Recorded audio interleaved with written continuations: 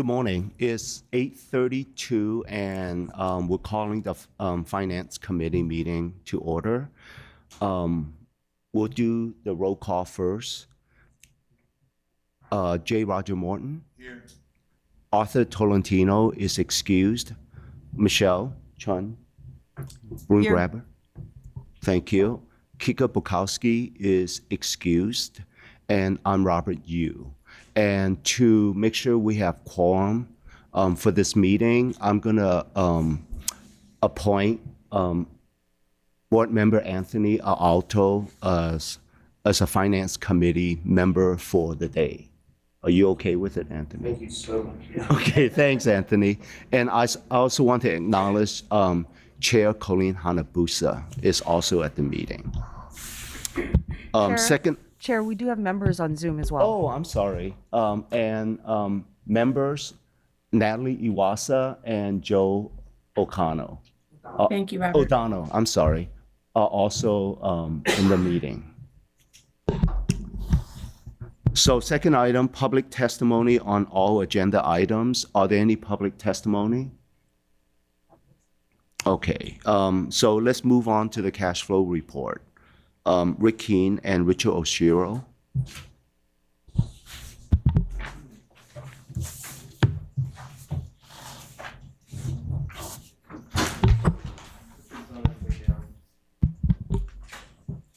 You mean Richard? Excuse me?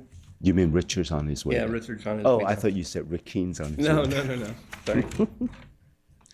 Thanks, Rick. Go ahead. The Yeah, floor is Richard yours. is prepared to go through all the details on this, but I'll get started until he gets here. Behind the first tab of cash flow is the monthly cash flow. And at the top of the chart, you see the main items this month in May was the receipt of the GET and TAT funding. Because of the discussions that were going on at the legislature and the bills that were passed, we are getting all the funding that was due to us this quarter, but it's coming in two different payments. So in May, you'll see we received $35.9 million in GET and $8.9 in TAT. The total for the quarter will be 87.8 and 21.9, but there'll be a second payment coming in June, 51.9 for GET and around 13 million for TAT. So it got split into two different tranches, if you will, two different payments, but we will be receiving the entire amount for the quarter. So that's the biggest thing on the revenue side. Richard, do you want to go through the expense side? Sure. Sorry for my tardiness. Richard Oshiro, Deputy Director, Budget and Finance. Mike, sorry. So, a bit of clarity you went through up here, yeah. You will see in May, and I'm not sure if Rick mentioned this already, but this is actually not May final because of the requirements to post the data last Friday. I actually had to run the actual activity as of the Tuesday prior to. So when we do the July meeting, you will actually see May's actual as well as an update for June and of course subsequently July. So having said that, know that the May estimated actual is in fact not truly May, and then June is a projection as well as everything else to the right. So some of the bigger items with regard to operations, AGS did come in a little bit soft. The actual milestone payment was not processed in May. So as the stations finish substantial completion, as Guideway is done, the contract and the settlement that was reached a couple months back require us to pay certain lump sums out to them besides the 50% that we paid upfront every time they finish a milestone. So once the pay app comes in, I process it and then it'll show up on the cash flow. Now, to the effect that things slide to the right, potentially, if they don't meet schedule, I have been moving that cash flow out to the right.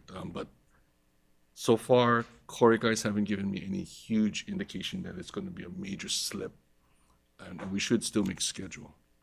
The other large contract that we have that people are watching closely is CCUR. That has also ramped up from a pay app standpoint. When we have the full board meeting and Kika is available and there's a POC meeting, Vance and Corey can speak to the actual level of effort produced in the current schedule, but the cash flows have actually been pretty positive considering what it should be, which is 16 to 19 million. May was 21. I did sign a couple big payments last week, so therefore it's not showing up in this report. So this 23.3 for June may be slightly soft. I think if anything else, another $4 to $6 million from NAN might come in. Oh, I'm sorry, it was Coluccio. Who else? The only other thing, elevator, escalator, depending on when AGS and E&E actually get to punch out for final work items, you'll actually see that 131 and the 211, the higher numbers for the month come in when they get not only their maintenance payment, but any milestone payments that are due to them. And when we move down into professional services, there weren't any significant increases. If anything, someone missed a payment that we didn't process fast enough, and therefore it'll show up in June and or July. Just speaking in general, because even for us, this is fiscal year end. For other companies that run on a calendar schedule, they probably like to catch up before June as well. So I have been seeing a ramp up in pay activity, and during the next meeting, you'll actually see that in June, and then subsequently things flow into July if in fact it does not get settled by the end of this month.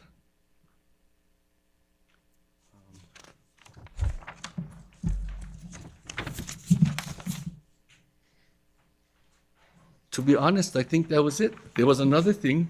It's good news. I found out this week that DTS has graciously completed and acknowledged a flex transfer of $20 million. So I'm going to put on my grants manager hat next week and process another flex funding piece from FHWA to HART.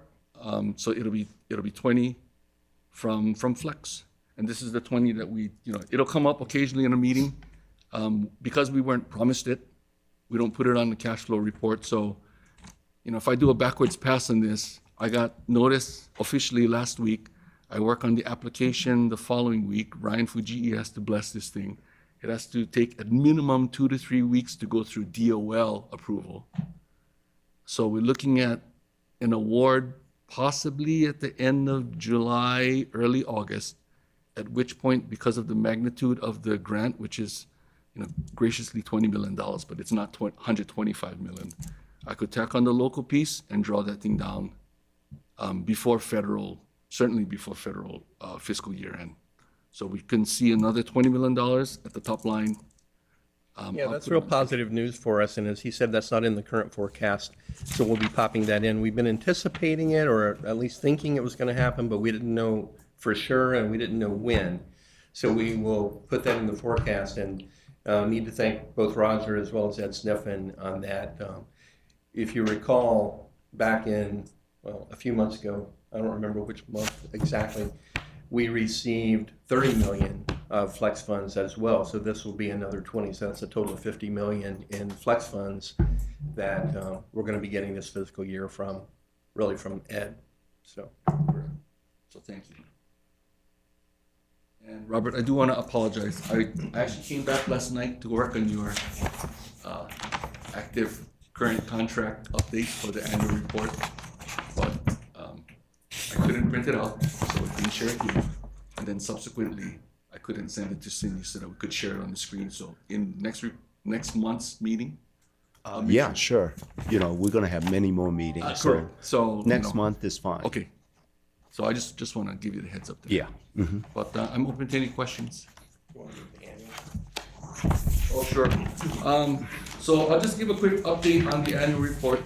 So subsequent to what happened in the month, there's going to be some softness for this month regarding GET and TAT. However, HB 2350 will hopefully clear out the remaining balance. So we have TAT collections just shy of $110 million, of which, because we hit the allotment ceiling for the quarter, we only received 44 and change. So that was this month.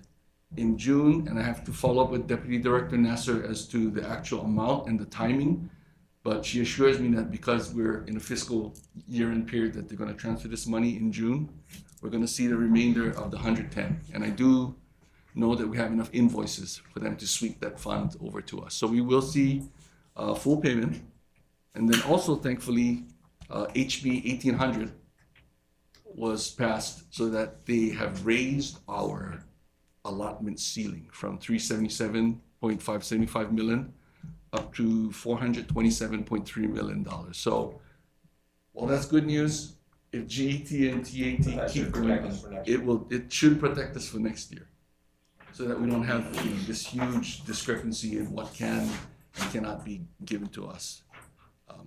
The ledge can hold on to the money, whereas at least this upcoming year, the delta in which they hold back should be smaller. And then to Ms. Hanabusa's point, Joey needs to work on the language to actually change the bill. But at least from a budget standpoint, we know that they have raised the ceiling for us. So that was good news. All that said, the forecast of interest income, and because for now at least, until we revisit the debt, I don't have a spend for the TECP for the 50 million that we could use, plus the cash reserve that is now not having to be posted against our project. There was a $20 million shift in the ending cash balance. I mean, it rolls out, but all things considered, if we put the debt back on, of course, that balance will go away. And of course, it depends on how CCGS is awarded. The shape of the spend and the cash curve will move around. But we'll see, but all things look positive. Okay. That's all I have for today. Thank you, Richard. Yes, Thanks, you're Rick. Members, any questions? Roger? It's really for Rick. And I think the answer is probably still okay, but recently the Council on Revenue has forecast or has downgraded their growth forecast. I think we've been forecasting in a very conservative way anyway, but have you noticed any impact at all on the with respect to the amount of what we're receiving versus what we're doing, or do you have any thoughts going into the next year? We haven't really seen any difference. We've actually seen steady and slight growth. The recent information, and I haven't really looked at the Council on Revenue numbers because we kind of found during the recovery plan process that we shouldn't be using those for long term. It's a gauge, it's a barometer, but we're not necessarily sticking to those. What we have in the forecast now is based on what we had in the recovery plan, and that was based on those growth rates that we determined at that point. I saw the information in several articles about softening, and so I went back and looked. They were talking about, I think the most recent article I saw was talking about April and May softening. Because of the lag on when we receive, we haven't actually seen that month's activity come through yet. We're usually a quarter behind on the payment, and then the state is a month behind on the collection. So there's a little bit of a lag. So we're watching for that, but we haven't really seen it yet. We'll continue to watch that. The base that we have, because we have had positive variances so far, and I think we have a schedule to talk about in a minute on a comparison to what we had in the recovery plan. Our base is really good. We're in a very positive position, but it's hard to really anticipate the trends as we look forward. Any other questions, member? Anthony, go ahead. Am I right in thinking that CCUR looks like it's going to come in still under budget?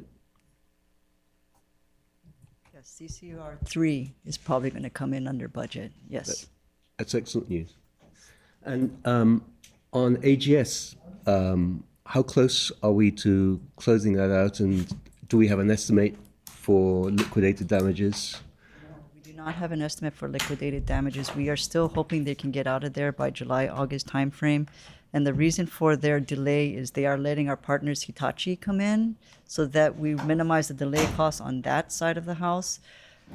But we haven't even begun to discuss liquidated damages with them. But hopefully they'll be done in July, August timeframe. Any other question, Chair? Yeah, my questions is about the infamous cap and what it's been doing.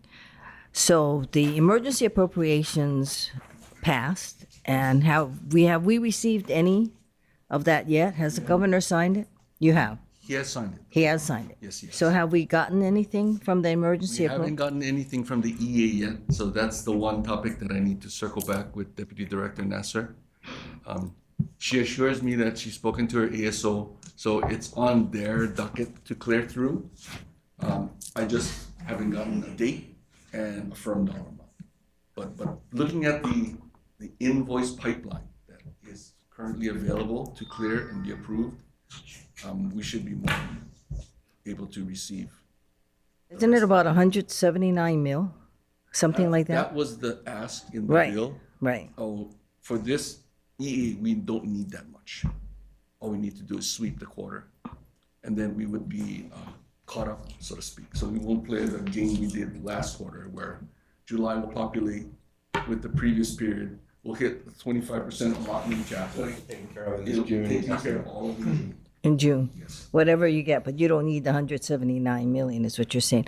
I guess my problem is, I'm trying to understand that we know that we have this lag, and we probably have it till next year, some form of this lag.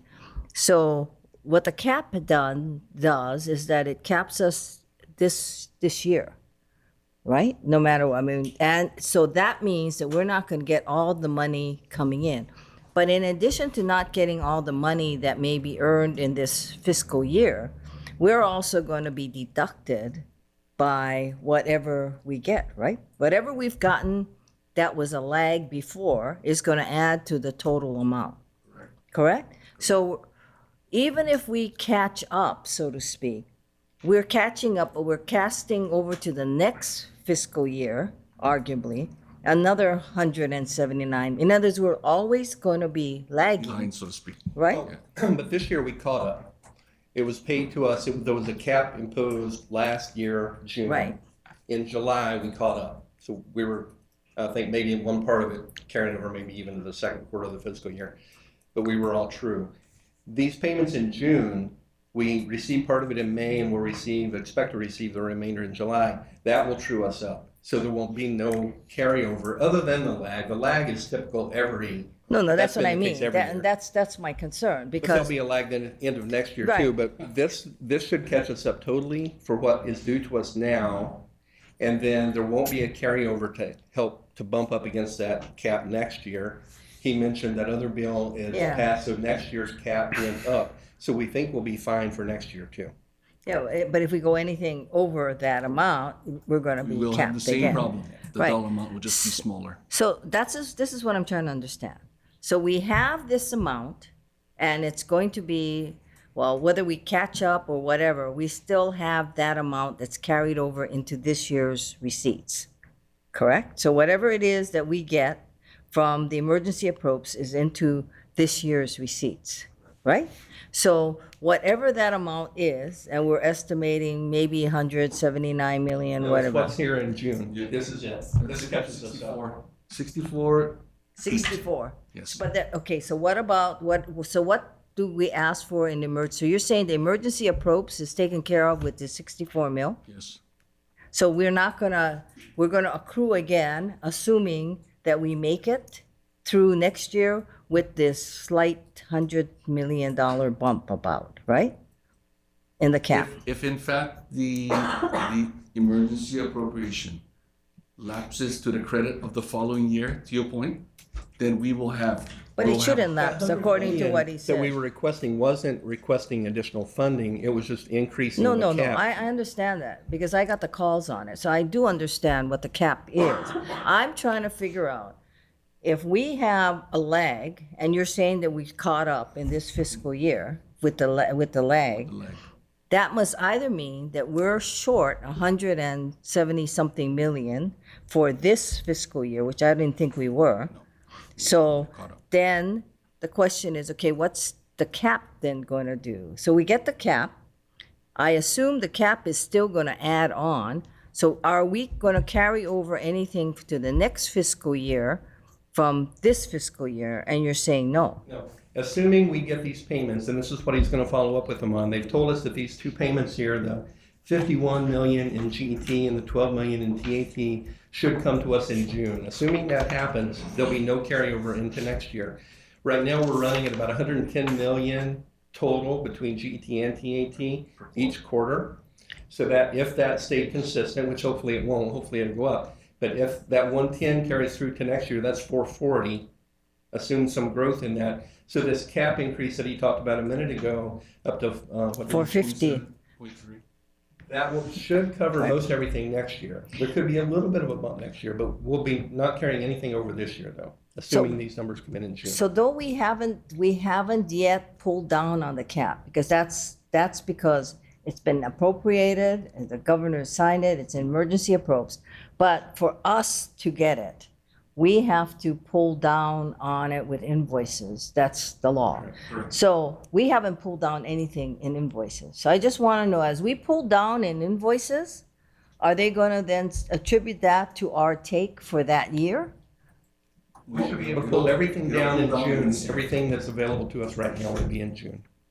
So that either means we're short and we didn't collect what we're supposed to collect in GET, TAT this fiscal year, if an additional 179 million isn't going to throw us over. Now, we've collected everything that we were due to be collected. No, I'm talking about our GET, what we were expected to get from GET. We pulled down everything that we expected to No, get in I know June. that you pulled down everything. What I'm talking about is our projections for how much GET we should be getting. So if we have a cap of 300 and what is it now, 50-something million? Up to 4 something next year. Right, but this fiscal year is 300-something million, right? So what I'm saying is, if you pull and maybe I'm just not understanding this correctly. If you have the 350-something million and we collected more or the same amount, I'm assuming what our GET projections for this year, it's going to equal our projections or more? What is it going to be in the end, assuming? Our total collections for this year, assuming we get these amounts in June, that's Right. the only part of it we're missing. If you look at that annual FY24 or actual FY24, Right. we've got A total, well, of GET of 297 or well, two. that's year yeah. to date. If you Right. add the 51 to it, so that annual FY24 number will be what we expect for the full year. So it's 442 million for the year is what we will have collected. And I guess my point is, and we're entitled to that amount this year. Yeah. Because I thought our cap was a lot lower this year. The cap is lower this year, except the EA is going to sweep in everything from 377 up Right. to this dollar amount. Right, so the EA is gonna, I guess that's the point. The EA is gonna permit us to take whatever is owed Sitting to in- us correct. without it then lagging us Correct. again. Correct. So in Okay. theory, we will go flat come July 1. Yeah, And then we'll have a different problem, which is 427. If GET and TAT continue to be, So we'll monitor that next year, but this year we should be fine, nothing carrying over, assuming we get these two amounts here that you're going to be following up with in June. so I'm also going to, I also want to confirm with you that we're not using any kind of bonds. We never used any bonds this year. Correct. And we never used any commercial paper. Are we expected to do bonds and commercial paper for next year? No, we do not. We're not gonna do any of that, right? No, our cash flow, our cash position is adequate as we look at the forecast. We're not anticipating any use of any financing next year. Well, that's good. Thank you. Any other questions? Natalie, Joe, questions? Yes, Chair, I have a few questions. Yeah, go ahead. Thank you. So just to avoid confusion with respect to the bonding question that Helene just asked, we did get some bonds in August, but those were I think we paid off, we retired some bonds, right? So that was kind that of was why. done specifically to repay the 2019 bonds that had a put option, I think, on them. So yeah, Yeah. that provided no new money to us. There was an issuance, but it immediately went to repay prior. Okay, thank you. So I had a couple questions on the both the monthly and the annual. I think you're probably aware that the Honolulu City Council approved that resolution the other day for the 10 million bonds, the skin in the game for next fiscal year. I was just wondering, when do you expect that money? Well, those aren't our bonds, that's the city bonds. That's the city issuing that and then providing that funding to us as part of that city subsidy. So that's not hard debt, right? No, I understand that. Sure. I'm just wondering when you expect to receive that payment from the city. Well, right now, no, that's not it. Typically, we get that from the city at the end of the fiscal year. That's kind of been the historical. Last year, I think that we got it earlier. Yeah, last year we got it earlier. So we'll just have to see if they do that bond issuance in July timeframe, probably closes in August. They may go ahead and fund it to us immediately, or it could take a little while, but it just needs to get in during the fiscal year. So historically, it's been around the May-June timeframe. Okay, so my thoughts on that is that they should turn that over to HART as soon as possible because Yeah, that's. and they very well may. We haven't talked to them about that, but they did that last year. They did a debt amount last year, and they immediately paid it to us. So that's likely what will happen, but we haven't asked them the timing on that. Okay, and then this is just for information. You have that other line item that includes refunds as a funding source. So what kind of refunds do you folks get, and about how much do you get annually? The main item on that line is interest income on our current cash position. We typically don't get, I'm not sure why it says refunds. Maybe at some point in time in the past we've gotten a refund. There has been periodically some rental income if we buy a property and the tenant or the person who's in the property, the business, stays in it for a while. We may get some small amount of rental income, but the majority of what's been coming through that line item is interest income. Okay, thank you for that clarification because typically I would offset any revenues against the applicable expense. On the annual cash flow, just checking on the process now. So Richard is using, if the money going out is not done as expected, it's not on schedule for whatever reason, he's been moving it to the end of the year. On the annual cash flow, is there a similar process now so that, for example, anything with respect to this fiscal year that you're anticipating that you had put in there that probably won't be done this year, you're putting into the next fiscal year? So if it's something that I know or have knowledge of the level of effort, like it's an ongoing process, I will check Unifier, which is our construction management system, to see if it in fact is processing, and I'll put it into the following period. But to your point, let's say it's major scope that's driven more by schedule than administrative lack of speed, I'll call it.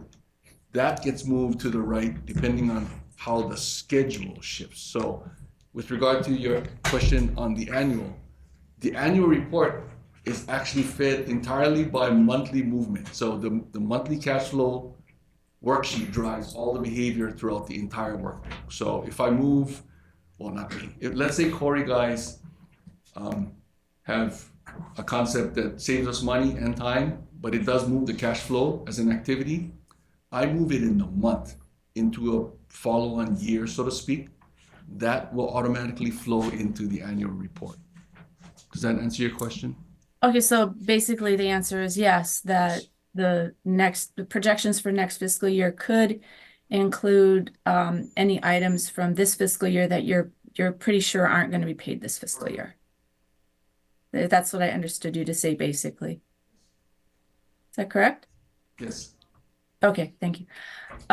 So the projected debt proceeds in the last column, excluding the bond premiums, is about 3.2 million, and that agrees with the principal repayment on page 5 within $1,000. But the debt release is, if I did the numbers correctly, $4.5 million higher than the reserve. I'm just wondering, how can that be? I'm sorry, where are you looking, Natalie? So on page 5, on the right side, on the debt service area, if you look at the midsection there, debt reserve, there's a net debt reserve line of a negative 4.575. So basically, for people who have forgotten, the debt reserve is money set aside. Let us double check that. I know a year or so ago, or over the last couple of years, when we did the annual audit, there was a $6 million amount that had been reserved in the past. There was a reconciling item that may relate to this. Let us double check that. It could be just a error, but those should, yeah, you're right, those should wash. But I know there was a $6 million item at one point that was a reconciling item. So we'll go back and double check that. Okay, and then my last question was the total projected costs, also again on the last page there at the bottom right, is about 9.7 billion. And the recovery plan was about 9.3 billion. So I noticed the finance charges here in the projected cash flow are 551 million, which is less than the recovery plan by about the same amount. I'm just confirming that that's basically why you have a lower expected cost on the project. It's mainly due to the finance charges. That's correct. After the recovery plan was done, remember the recovery plan did not anticipate or assume any use of commercial paper. It was all bonds. So after the recovery plan was put to bed, we did go back and redo our evaluations on the debt and assumed commercial paper. And that's what changed. So we've adjusted this quite some time ago, and it resulted in lower interest income. Later this year, we're going to reassess it again because of our strong cash position.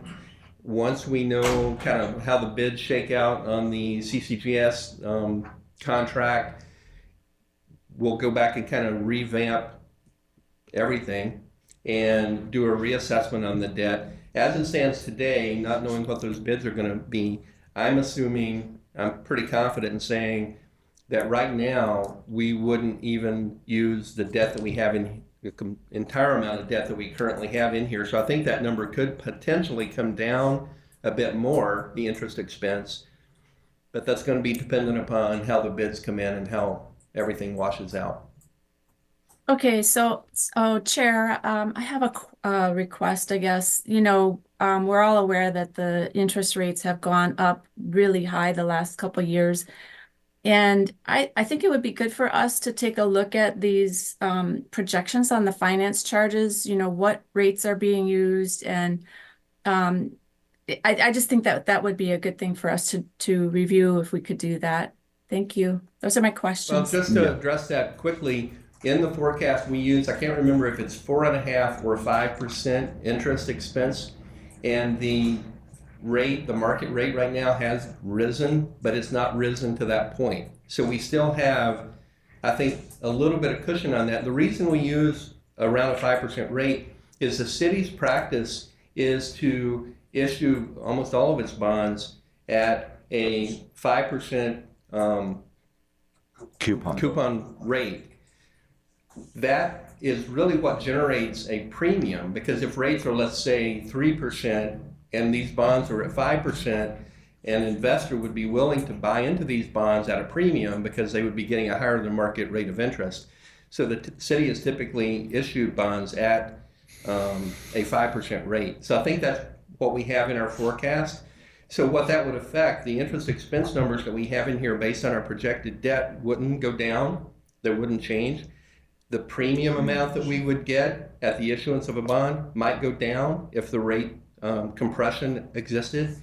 But the interest assumption should be okay. Okay, But I'm thank you happy for to share more information with you on Okay. that if you So, have any specific so questions. Natalie, just to confirm, in the context of interest expense, are you looking at analyzing debt interest or TECP interest? Because those are two different things. What Rick described was how we take into consideration interest when we issue debt.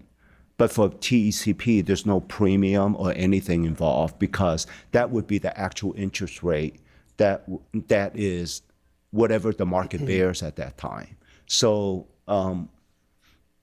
so you're asking, is it to look at TECP interest or? Well, in the grand Oh, scheme what- of things, yeah. TECP interest in total is only about 12 million out of the entire 550 million, so Right, it's much yeah. smaller. I don't remember what rate we used for TECP, but even if we changed it up or down, it wouldn't have a significant impact on the overall interest expense. The primary driver of the interest expense are the bonds. Right. The interest Yes. minus the premium. That would be the net interest expense to Hart. But now Yeah, so- you and I could talk a little bit to see Okay. exactly what you want to see, you Sure. know, for the next Yeah. meeting. So basically, my question was related to, the recovery plan included GO bond funding, and we're going to save X $1 million because we're going to use TECP.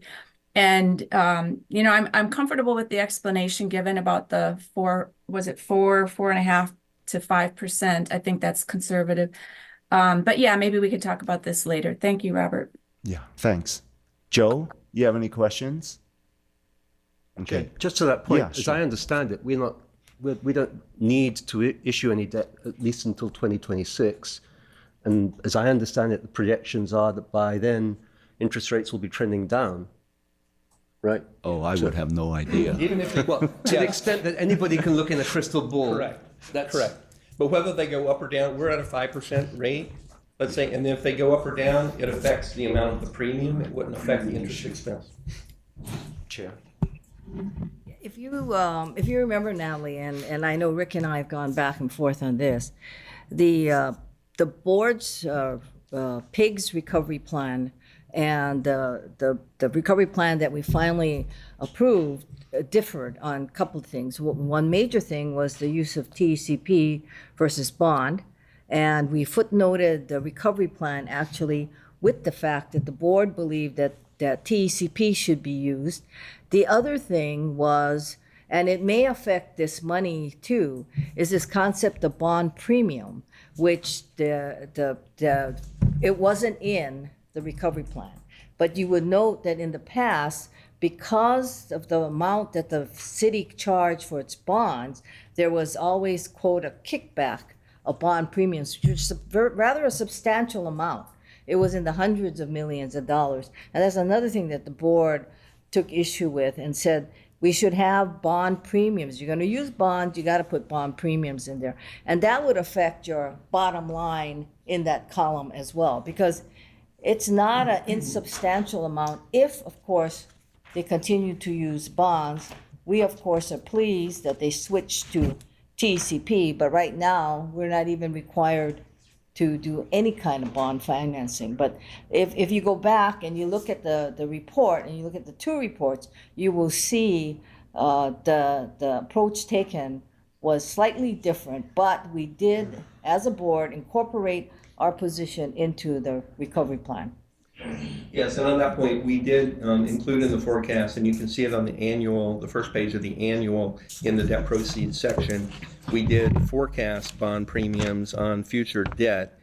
To Anthony's point a minute ago, we don't anticipate right now in this model any debt until 2026, but during the time frame of the CCGS construction, that's when the most likely point in time would be for us to borrow. And we did assume bond premiums, which you're right, it wasn't in the recovery plan, but we did assume this at the same rate as what was earned in the 2024 issuance that we discussed earlier. Those numbers could fluctuate a bit based on the rate environment, but right now it's just a forecast. And frankly, as I said, we'll reevaluate even these amounts of borrowings once we get the bids in and see how the numbers shake out. And then we'll kind of do a reset on all of that. I have a follow-up. Yeah, sure. Rick, I don't think that, well, when we did the recovery plan, we didn't have really the TAT, the 3% TAT, which is actually 50%. Actually, I think we did. We had, yeah. I think It had that's- just passed December before, Right. I think, but we didn't include it in. I think we did. Just on the amount? Because what I was going to get at was this, that the difference between the TAT and the GET is that it has a termination of December, arguably December 2030, but it's going to carry over in terms of how much we receive. But the city TAT, that 3%, that is, and the city council has awarded Hart the 50% of that, and that's already kicked in. That would give bonding capacity to Hart itself, because then Hart could carry it out. Now, my question is, did we look at potentially, if Hart were to float those bonds in the future as either, well, of course, we have the authority to do revenue bonds, but if we were to do those bonds, would that change? Do you think that would change any of this? Because we're not dealing with the city? I don't think it would change any of this. I think where that potential will come in is when we start looking at Ala Moana or beyond. Right. And we have that income stream still in place. That's where that could come into play. I don't think if we did anything different around that, I don't think it would change our current numbers. That's what I thought. Thank you. Thank you. Thanks, Chair. I have a few questions and comments, but before I do that, there's one housekeeping item I want to clear up. Because Chair Hanabusa is at the meeting, by rule, I should appoint Chair Hanabusa as an ad hoc member of this committee instead of member Alto. So, I'll resign. That was short-lived. well, that's good. Go in I the was going to coffee just room. fire you mid-meeting. No. I can go in the coffee room. Yeah. You can stay. So anyway, that's the housekeeping item. I don't know why I carry this with me, but I do have the recovery plan financials here, and the city's TAT portion is in the recovery plan for $488 million. So a couple questions. With respect to the flex grant money that Roger and you talked about, you said it's not in the financial statement.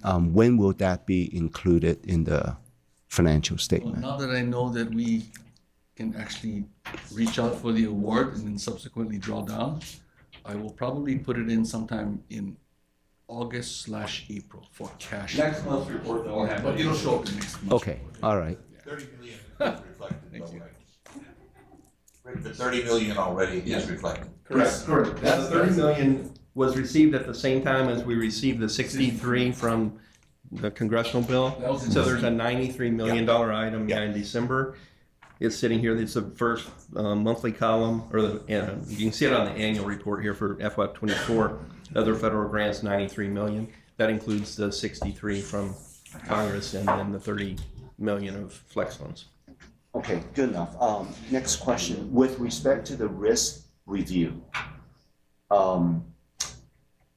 it's completed, right? And has it been completely vetted and reviewed and approved?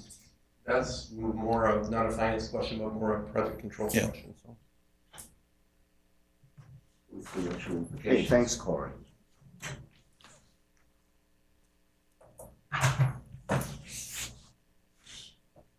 Thanks for the question. Corey Ellis, Director of Project Controls. Yeah, the risk review is completed.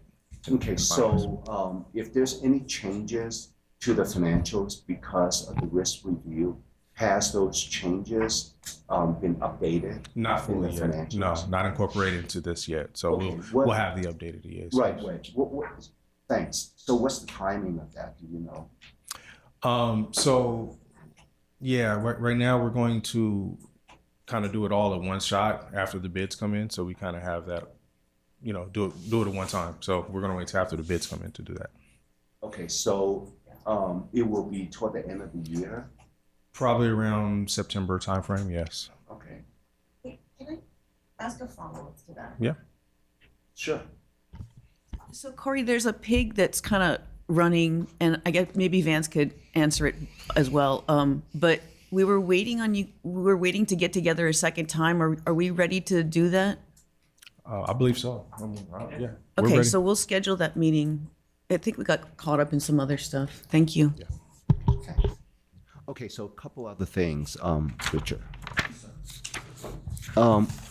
So I think this may be analyzed and maybe done by September. So there's many expenditures when you look at the future projections that really doesn't match what's being spent today, right? Unless there's other plans to spend the money, maybe we should look at all the future projections for all the contract categories so that at least for the board, we have some good numbers to work with, not just at the moment, but also, looking somewhere down the road as well. Okay. I have a few examples, but I don't want to go into it if you guys going to You make and I all the can changes speak and to that, stuff. Yeah. certainly. And for CCUR 3, the downtown portion, and CCUR 4, the Dillingham portion, I know this is lumped together on the financial statements. You don't have to change the financial statements, but maybe by the next finance committee meeting, you could kind of have a spreadsheet or some kind of note to break out the year-to-date payments for those two contracts. It would be a lot better looking at, how the expenditures are for each of those contracts instead of lumping it together. Okay. And the reason I ask is I know Lori mentioned earlier that, it will be under budget, right? But the thing is, it's the how much is it under or whatever budget. So when I look at the last monthly financial report, the total amount incurred for CCUR 3 is about 36% of the total contract. And that was, I think, the April report, right? And we have 5 months until substantial completion. So if it's under budget, it's probably substantially under budget, if by April, the total incurs only 36%. So we're looking forward to see, hopefully in the next month, what those numbers are. Thank you. And one last thing, on the annual cash flow, Yes, sir. under fiscal year 24, HRT 201, which is our operating expenses. So if you look at our projection, well, fiscal year 24 is almost done, right? So looking at it, it's about $7 to $8 million lower than the previous years and also lower than projection going forward. Is there any reason why fiscal year 24, the amount is so much lower? That's a good question. I haven't really looked through all the individual contracts, but that would be something that I think we reset when we reset the entire project. So to your point, the delta is magnitudes off from previous year. Well, I'm not sure those are contracts. The Heart's operational expenses are really, the majority of it. For current expenses, rent, right? Sure. I mean, well, that's the majority of it. Yeah, right. Yeah. So, I don't think rent went down by $8 million. Rent Yeah. stays constant. If Yeah, anything right. else, it always goes up. Yeah. It's the other ancillary items. So we have a bunch of POs outstanding There are other things that don't necessarily have contracts, but we have constant payment. Okay, let me I can just tell say you right off this. the bat I, what it is. I looked at some of the expenditures. I could tell you there's no way in Hart's operating expenses that you could find $8 million. You know, unless there's some issues with benefit payments that we haven't made, because those are the big ticket items, not materials and supplies and travel, not any of those piddly stuff items, right? Yeah. So, you know, maybe you could email us or whatnot with I'll be the happy answer. to do that.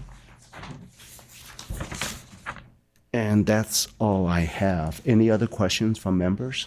Can I ask, Richard, can we sit shoulder to shoulder? And I can schedule a meeting in your office or something and go over this. I don't think I understand this well enough and some of the topics that we discussed today. And I'd just like to make sure that I understand how everything works better. So is it okay if Cindy, or if I just reach out to you? Okay, thank you, if that's okay with you. Oh, yeah, that's fine with me, yeah. Thanks, Richard. Thanks, Corey. Chair, just one quick Yeah, one while go we've got ahead. Corey here. We're going to have to wait with bated breath for the results of the risk refresh until, I think you said September. Can you just tell us if it looks like it's good news or bad news? So I think the overall top headline is it shows that at least the risk is showing that we're still within our budget, that we still built this project within our FFGA commitment. However, that is pending on what we get for the CCGS bid. So we're doing some work in the background to kind of figure out how much we can fit if that bid does come higher. But the risk result shows that we have sufficient contingency to make it on time and on schedule. Thank you. Okay, thanks. Are there any public testimonies on this item? Okay, hearing none, let's move on to the next one. Update on general excise tax and transient accommodation tax. Rick? Yeah, we were just scheduled here, and I apologize, I was just looking at it a minute ago, and it doesn't have the fourth quarter information in it. Sorry, I didn't turn my mic on. I just noticed it doesn't have the fourth quarter information in it. I think it was just a timing matter of trying to get those numbers right at the end of last week, and we didn't update this for those numbers. But I will make sure this gets updated, and we'll bring it back to the Finance Committee next month. But this shows everything since the recovery plan was issued back in June 22 through the March collections, broken out GET, TAT, and the Oahu TAT. On a total cumulative basis, we're almost $70 million positive to what we had in the recovery plan, which is great. For the current quarter, that's not here, December, I don't remember how the variances shook out. GET, I think, was positive again. TAT was negative in the March quarter, but I think it was slightly positive in the most current quarter. And then the Oahu TAT, primarily because we anticipated, when we did the recovery plan, we didn't know exactly when that was going to take effect. We assumed it was going to take effect about 6 months later than it actually did. Because it started earlier, that bump up from 33% to the 50% share happened earlier than we planned for it to, which is great. So I know that the June number is of actual collections is somewhere around 12 million again, and the forecast was still 7.4. So I know we're about 5 million favorable on the Oahu TAT. So all in all, the current quarter is favorable too, which would add to, on top of the almost 70 million positive variance to date. Thanks, Rick. Members, questions? Natalie? Joe? Yes, Chair. Go Oh, ahead. shoot. Thank you. Yeah. I have a fundamental question on this. So, our cash flow that we just went through is on a cash basis. That's based on when the money actually comes in. And then I look at this schedule and it says actual GET funding compared to the recovery plan for funds collected for the quarter ended, and then they have these quarters. So what I was doing was I was taking, for example, the actuals for the quarter in here that I could, let's see, was it? Anyway, I was trying to tie out the quarterly numbers here into the cash flow sheets that we just looked at. And it seems to me that this is more on an accrual basis than on a cash basis. And I understand this does match the recovery plan. So am I missing something here? Because I thought we were reporting things on a cash basis. No, there's one number that looks a little bit off, but this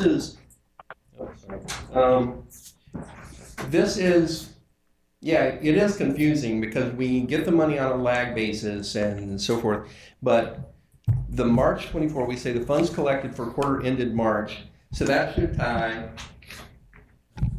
to the third quarter information. So you got 83.5, you have 17.4, that one's off a little bit, should be 17.1, and then 12.3 for the actual collections on OTAP, which is 12.3 in the March quarter. So this reflects the quarter in which the cash was received.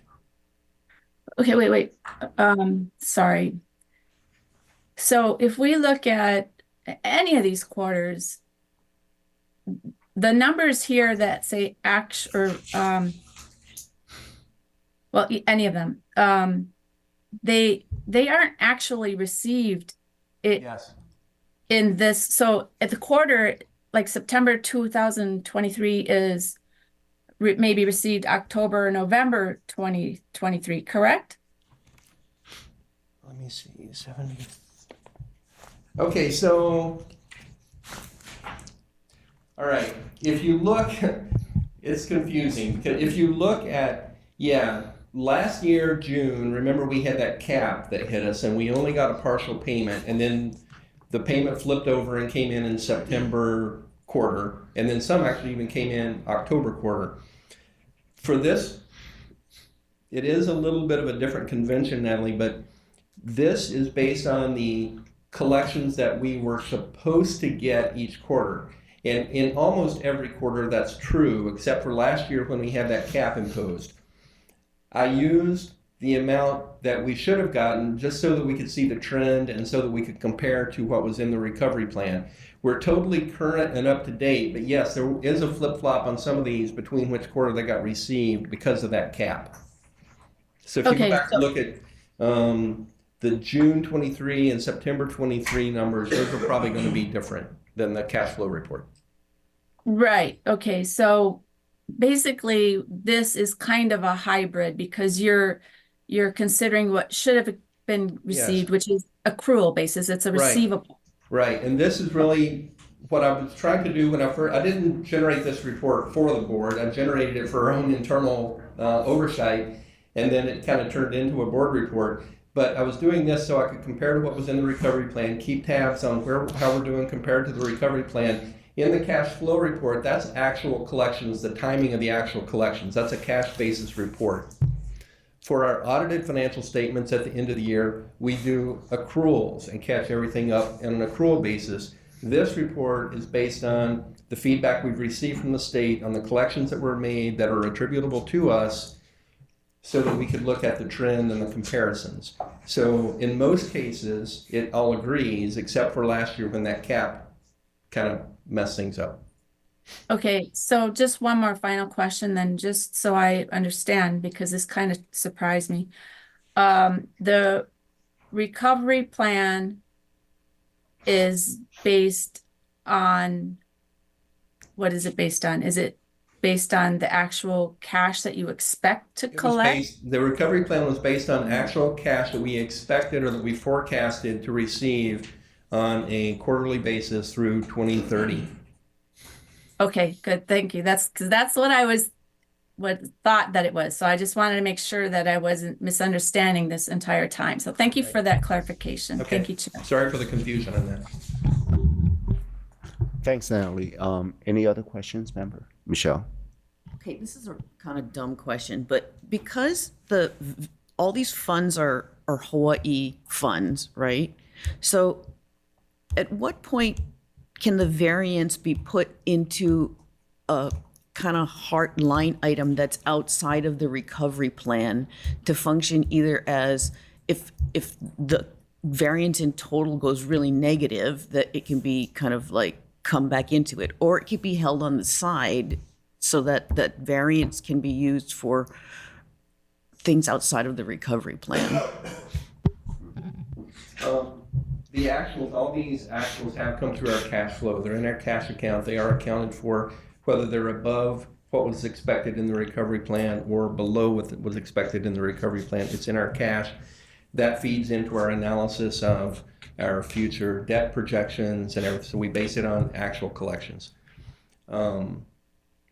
In terms of can we spend money outside of this, that's something we've talked about this before, that we need to go back and have a conversation with the FTA about.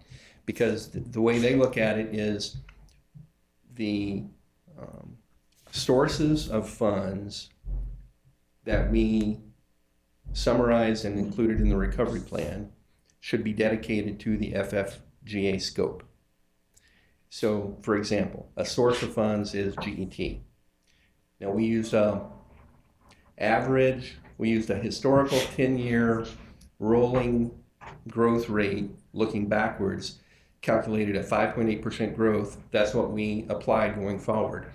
To have an average over a period of time, and this would be the FTA's argument, I would say, you may have some months that are higher, some months that are lower, and on average it's 5.8. So because we're higher now doesn't necessarily mean that we're always going to be higher. We could be lower at some point.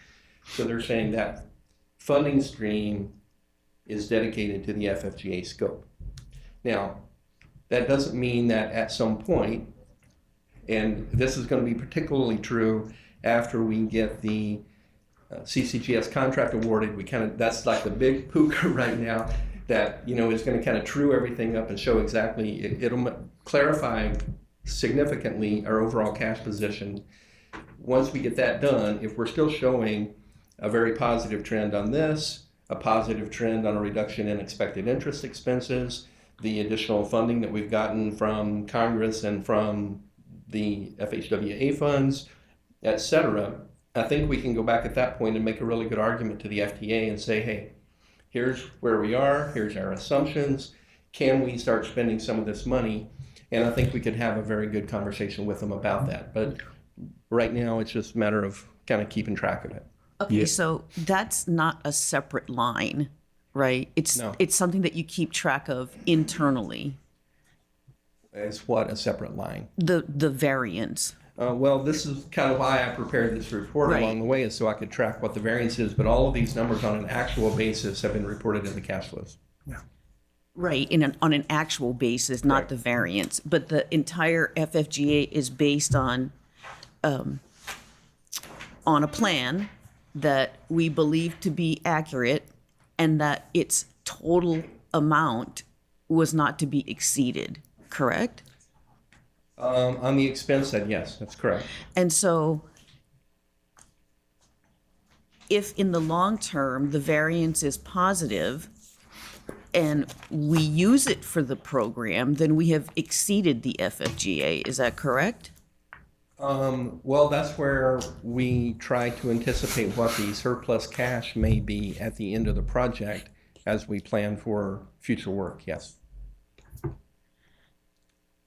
So I don't think my question is really sort of like about spending it. My question was sort of like so that we can actually not just keep track of it internally, but be able to show periodically, maybe like once a year or something, exactly the chart that you had prepared for yourself, so that everybody can kind of see that and know how much right now, the best way to look at that is the annual cash flow report that we went over earlier.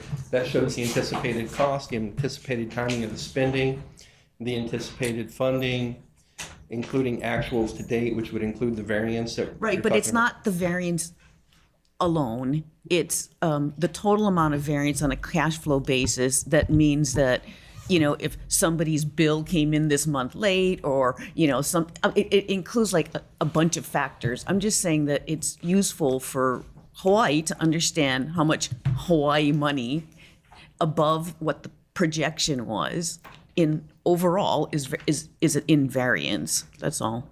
Michelle, sorry. Could I make a comment since you proposed to meet with Richard? Yeah. Later on, I think all these questions is probably just as appropriate. Okay. We take it offline, and I'm sure Richard and Rick, when you guys meet, Yeah. all those questions will be answered. Yeah. But with respect to any surplus funds, it's not really just the FTA or the FFGA, right? Because the majority of the money we receive is associated with Act 1, which is state law. So, that kind of governs. Right, 83% of our funding roughly is from local sources, That's right. city So and that state. kind of governs how money need to be spent. So anyway, that's a larger conversation, when we get around to it, after the bids come in and after a few years in construction, and if everything looks good, maybe that's when we could take the opportunity to talk about, hey, other than doing it for this, are there any other opportunities to use the money? But it's way beyond this meeting right now. So anyway, thank you. If there are no questions, no other questions, any public testimony on this item? Hearing none, the next item, yeah, sure. Sorry, Yeah. I was just going to say, we have a lot of members of the public here, and I think they may find some of the details of this hard to follow, but the bottom line is that our financial situation is pretty healthy at the moment. And congratulations to everybody. Thanks, Anthony. Okay, so next item, adjournment. Do I hear a motion to adjourn? Or shouldn't you replace him with me with him? No need. I just wanted you to go back. I didn't want to get rid of two members in mid-meeting. So, motion to adjourn? So move. Okay, second. Thank you. Thank you for your time.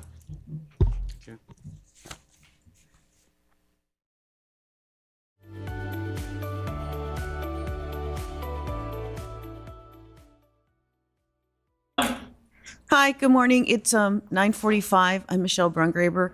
I wanted to let everyone know that the Government Affairs and Legal Matters Committee meeting was canceled, and that's been showed as canceled online. Anthony, you're not going to, that's all we want to say, basically. But just as a quick explanation, it's the issue that we want to discuss is the annual cap. We want that to have a permanent resolution so we don't keep going back to the ledge to ask them to raise the cap. And but this is an item that's going to be taken up in the next session of the legislature, and we have time to address that between now and then. And given how many people have come to testify and the time constraints that a couple of board members have, we're deferring this item to a future meeting. Thanks, Chair. Okay, great. So thank you, Robert, because you really held to your time. So we're going to start the HR committee meeting. Today is Friday, June 7th at 9:30 a.m. I am Chair Michelle Brungraber. I will take roll. Oh, my chart is wrong again. Anthony Alto. Present. Roger Morton. Present. Art Tolentino is excused. We also have Chair Colleen Hanabusa. Do I need to make her an ad hoc member because I don't have all four? No, you have quorum. I have quorum, right? Yeah. Okay. Kika Bukowski, Present. right? Yeah, wait. Roger, oh, sorry, Roger Morton. Present still. Ed Sniffen. Here. Robert Yu. Yeah. Joe O'Donnell. He's glitching, but he's here. He is glitching though. Natalie Iwasa. Thank you, yes. Heart board, that's you, Cindy, right? Okay, so those are all the board members. Chair, Oh, yeah, go ahead. can I just make a quick clarification? I know on the stationery, the letterhead, Yeah, that's I'm wrong listed there. as vice chair, and I just want to clarify that I'm not vice chair of this committee, and I'm actually not a voting member of this Right. committee, so, but Yeah. I'm here as a board member. Yeah, to make a correction, Vice Chair is Anthony Alto. Kika can have the job if you want. Yeah, and he might want it anyway. And another committee member was Art Tolentino. So what I wanted to say is, before we start, is that there was some recent news coverage, and it was reported that it was felt that the discussion we had a couple months ago about the project director should have been in an exec session. And I wanted to let everyone know that prior to the HR meeting that we had, the board was advised that we could not hold that discussion in exec session because of the sunshine law. And I just wanted to make sure that that was clarified, that we did ask, and it was not appropriate to have that. So when it was asked whether we could go into exec session during the meeting, the answer was already no. The other thing I'm going to do is I'm going to call for public testimony, but before that, I wanted to let everyone know that we have a list of people that submitted written testimony, and it's posted on the committee, I don't know, the page. So what I'm going to do is I'm going to read out the person's name, and if they supplied a company, then I will note what company they're from. So we received written testimony from Brian Shin, NAN Incorporated, Mitchell Mizukami, NAN Incorporated, Rick Vivieros, NAN Incorporated, Lena Dolly Mo, Copacetic 808 LLC, Zam Christie Hart, Tatum, we don't have a last name because it was submitted via the transit mailbox, Larry Elfrey, Michael Iosua, Imanaka Asato, that would be the company. The first two names were the person, the second is the company. Dexter Kubota, Ann Yamasaki, Cheryl Medeiros, quote, current Hart Ohana staff via the transit mailbox. Franco Coluccio, Frank V. Coluccio Construction Company. Tim Pereira, Frank V. Coluccio Construction Company. Ann James, Stanford Carr Development LLC. Chris Takashige, Hart, previous Hart. Brendan Morioka, John McCabe, Gina White, Hart, Lenson Sonoda, Micah Kane,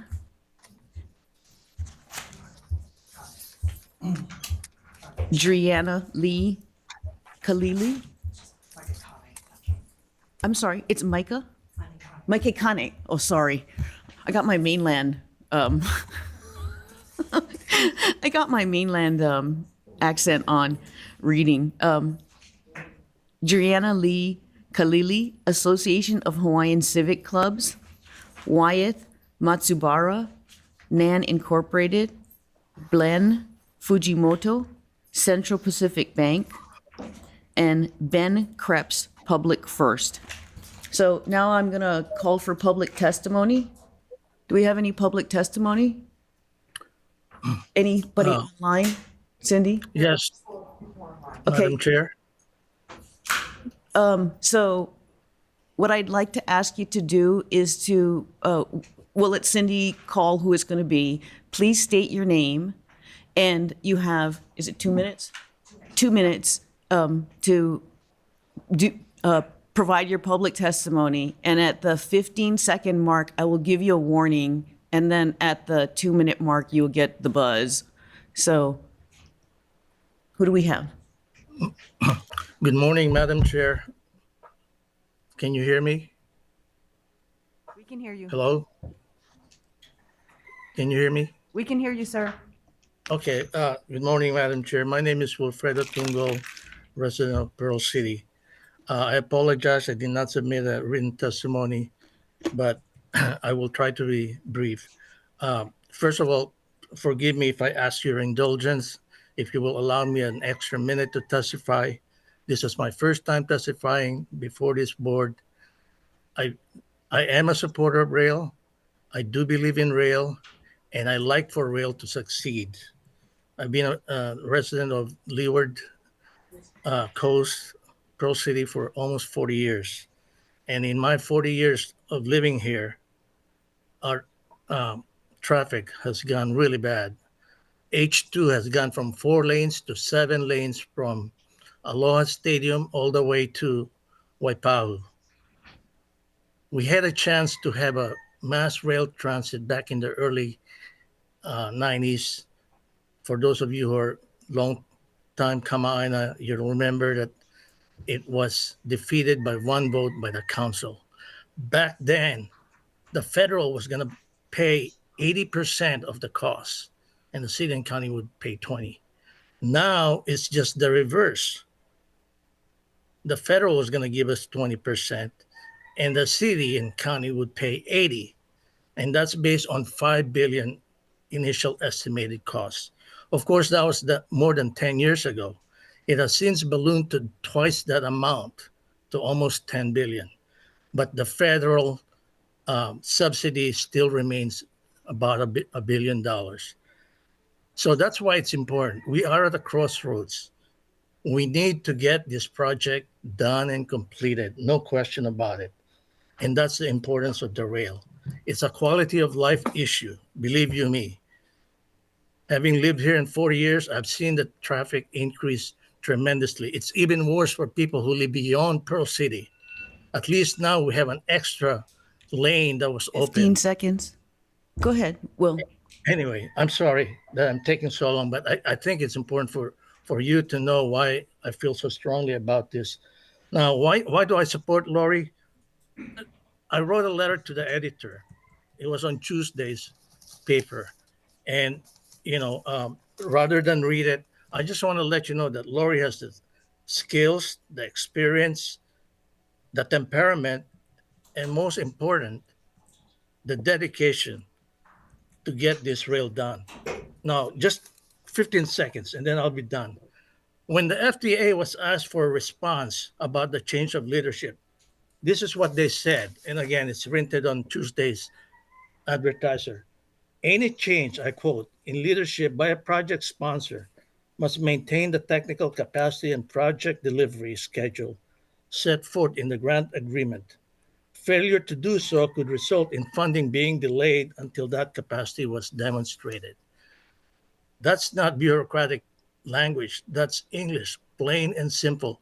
They are telling you, us, the County of Honolulu, you got to get a stable leadership capable of completing this project. And Lori Kahikina is the one.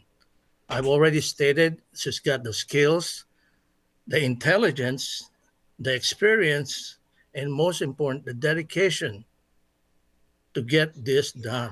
So please, please renew her term, grant her at least 3 years more. And more importantly, I think she deserves a raise.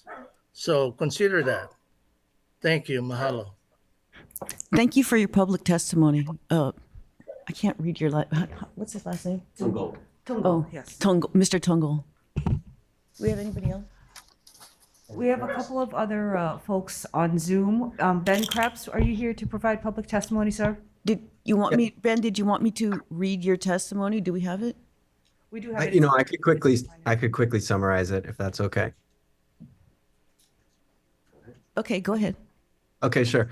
So good morning, everybody. My name is Ben Krebs. I'm a staff attorney at the Public First Law Center. We're a nonprofit dedicated to open government in Hawaii.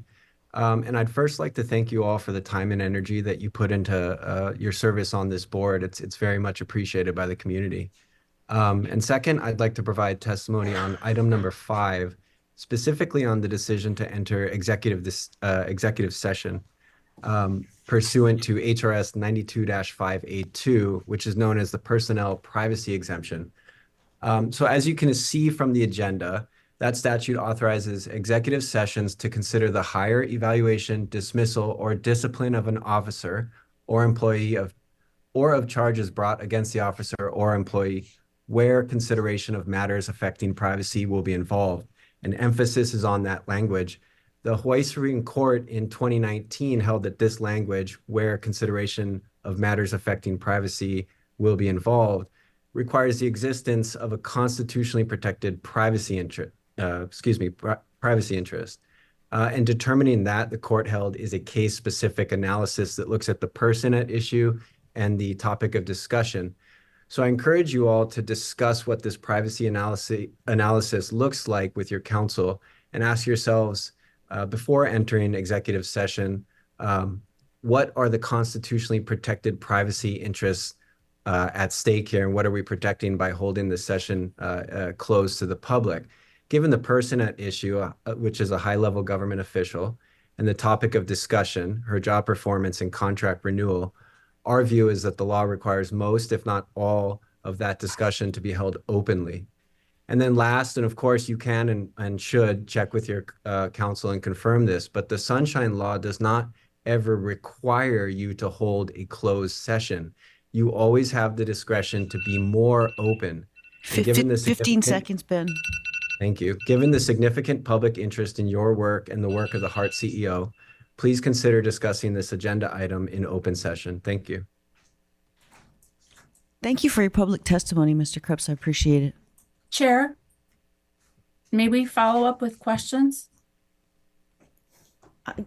I don't know the answer to that. I don't follow up with questions I have a question for the testifier.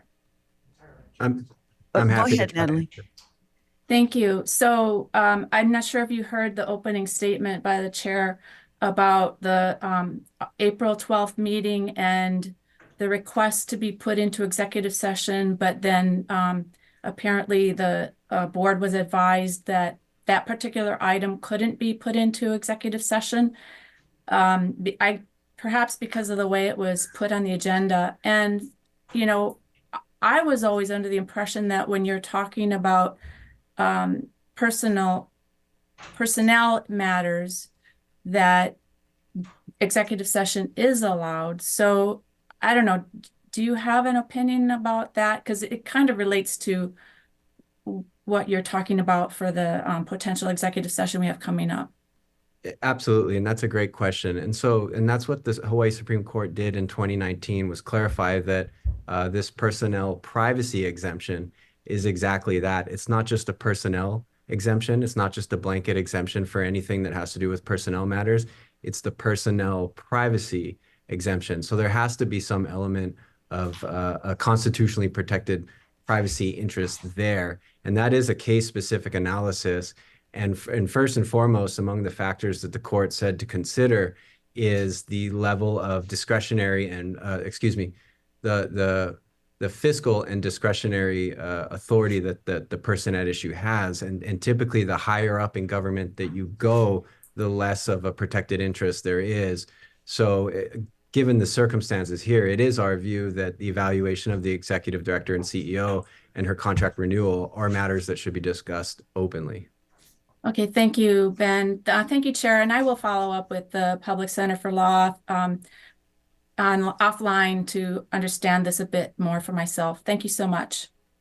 Thank you, Natalie. I believe we have Mitch from NAN online as well. Mitch, did you want to submit public testimony?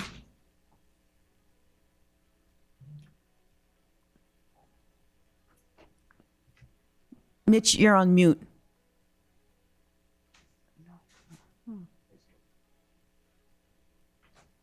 Okay, I'm going to defer. And Mitch, if you we can come back online, or you might want to log back in because we can't hear you. And if you had public testimony, just try to find an appropriate time to interrupt me and let me know.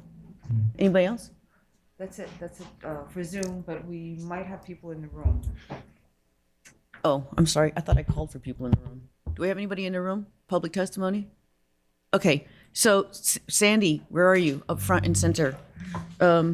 Chair, I think there might be somebody who wanted to testify. Oh, yeah, public testimony. Come on up.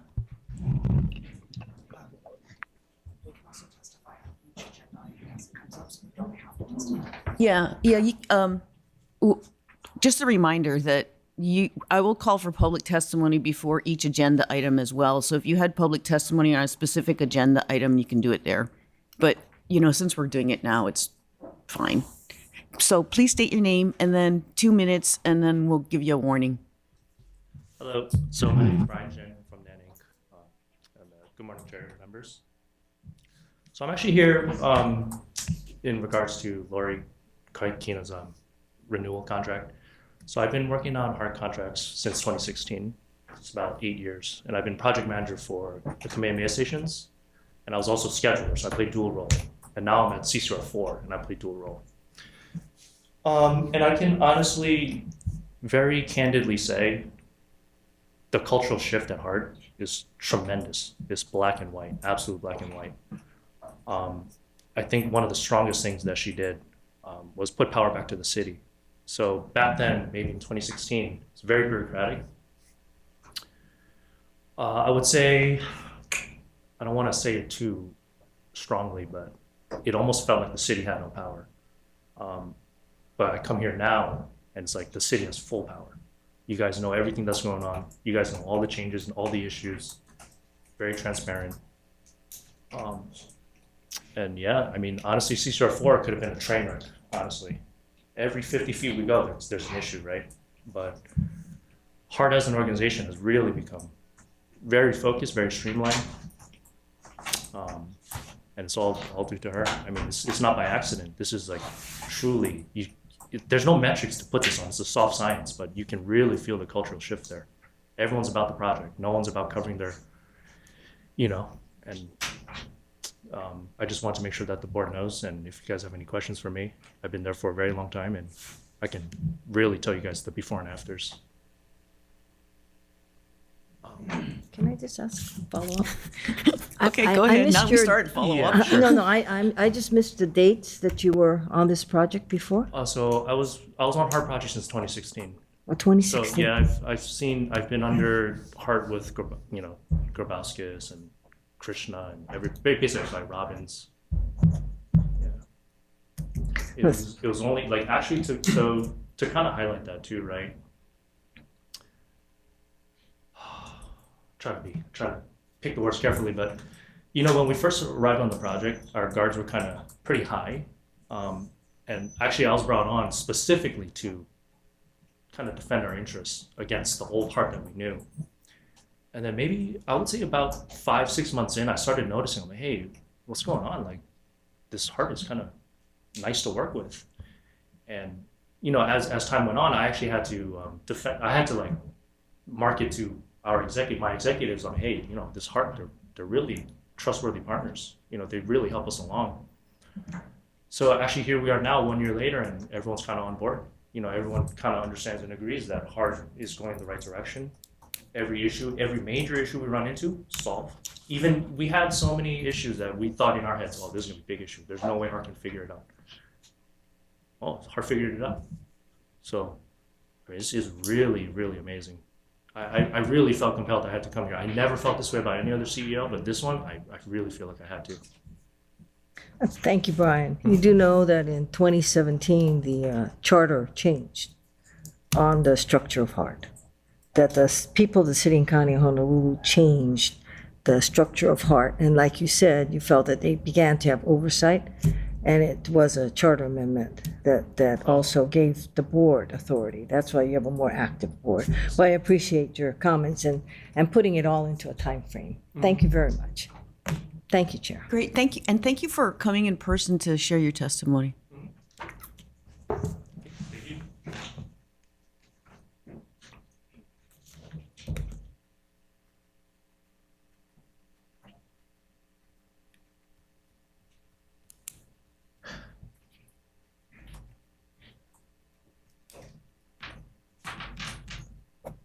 Hi, my name is Joanna Yama.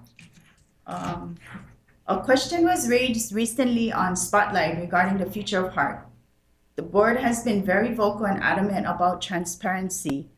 The board should lead by example, letting the public know if the prior project director is being solicited to take over the CEO position. Furthermore, the board should also be transparent and explain if the CEO is under great scrutiny and pressure to manage the budget. How is it the board saw it fit to rehire the board executive officer less than 6 months from her departure for the same position and paid substantially more than previously? That's it. Thank you for your public testimony. Thank you.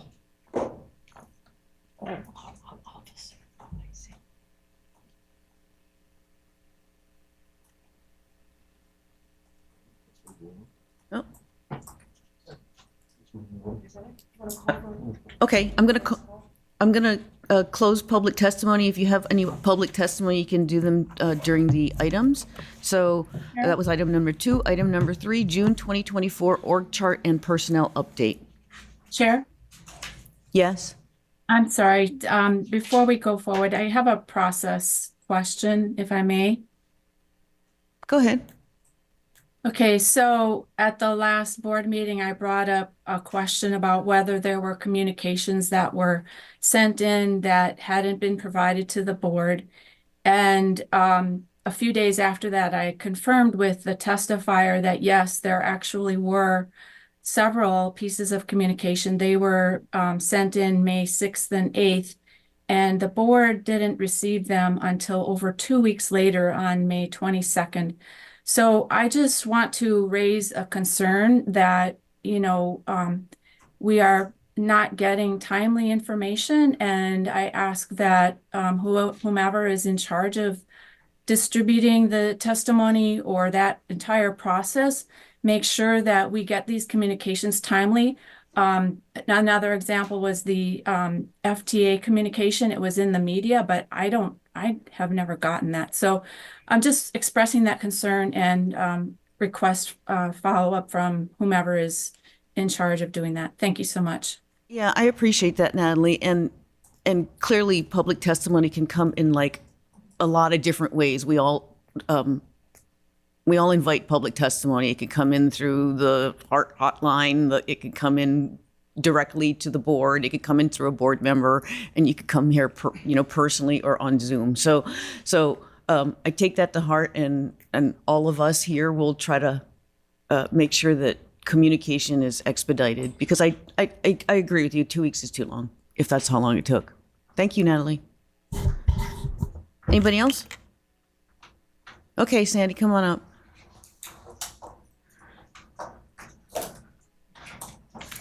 Now, I do notice that this wasn't you, but that I guess our org chart is taking the font of financial plans and cash flow, because everybody's name is really, really tiny.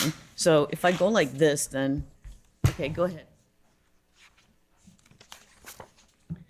Good morning, Chair and committee members. Sandy Aguilar, Human.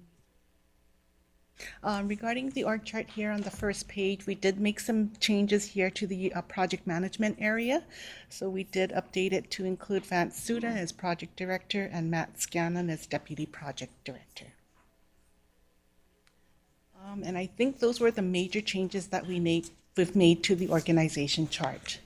So I guess I might have missed it. The ESO position is shown as unfunded.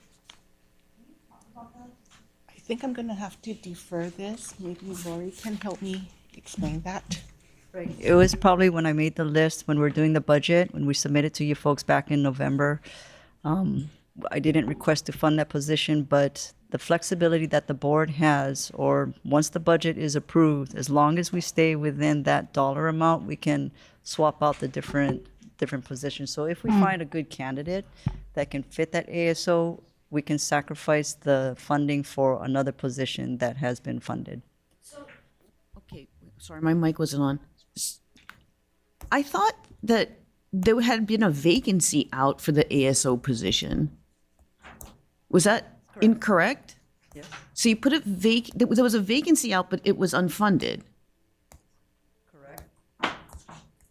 And there were candidates. Not that I'm aware of. There were no candidates that met the requirements. We didn't post to recruit. You didn't post to recruit? Correct.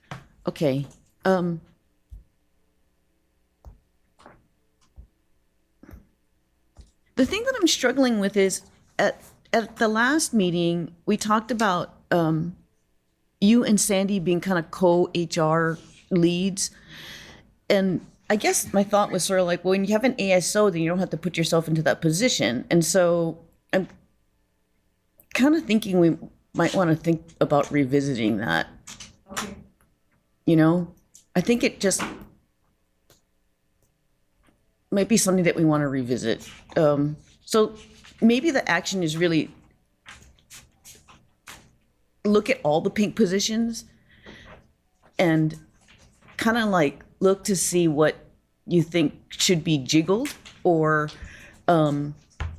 same way that, you know, kind of you jiggled Corey's position where it was a funded position and then, oh, I couldn't find them. I better, you know, I need to move that around. So I've got a contract position now, and then now it's unfunded, sort of, you know what I'm saying? So if there's jiggling or if there's additional funding, then we should probably talk about that. I don't need additional funding, and I would appreciate if you give me the leeway to make those types of decisions. Are you saying that you don't have the leeway to make those kinds of positions because of the way that we approve the org chart, right? With the specific positions funded and unfunded? No, just if I feel that we need the ASO right now we have, I talked to the managers and we'll go over the table on what our high priorities Right, are. And I right. would love to focus on those first.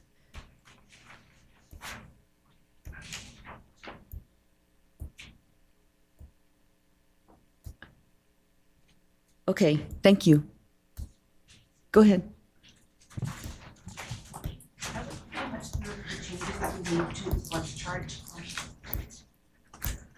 So I'm going to give the members a few minutes to digest, but if anyone has any questions right now,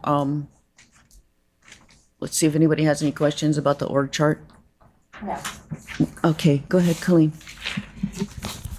Sandy, I'm, at first I was kind of confused because the legend on the side, on certain pages, seems to be a running total, but it isn't indicative of the number that are actually city filled. As you know, that's an issue for us, just how many positions are city filled. When I kind of did a quick calculation, it looks like you're at city filled 39 positions. That So is that's- correct. That's Yeah. correct, right? Yes.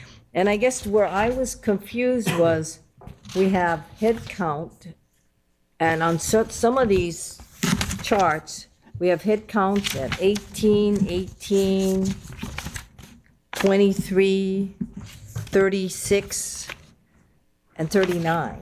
So I thought, wow, that's a lot of city positions that we've managed, but that's not correct, right? It's the middle column that has the head count this page, right? Right? Correct, yes. So can you explain to me why the legend has head count for, some pages it's identical, 18, some pages it's 23, some pages it's 36, and another page it's 39. And I know, for example, if people look at page 3 where it's all green, that there is no city position there, which is reflected in the middle column, but on the head count, it's at 18, but these positions are all consultants, correct?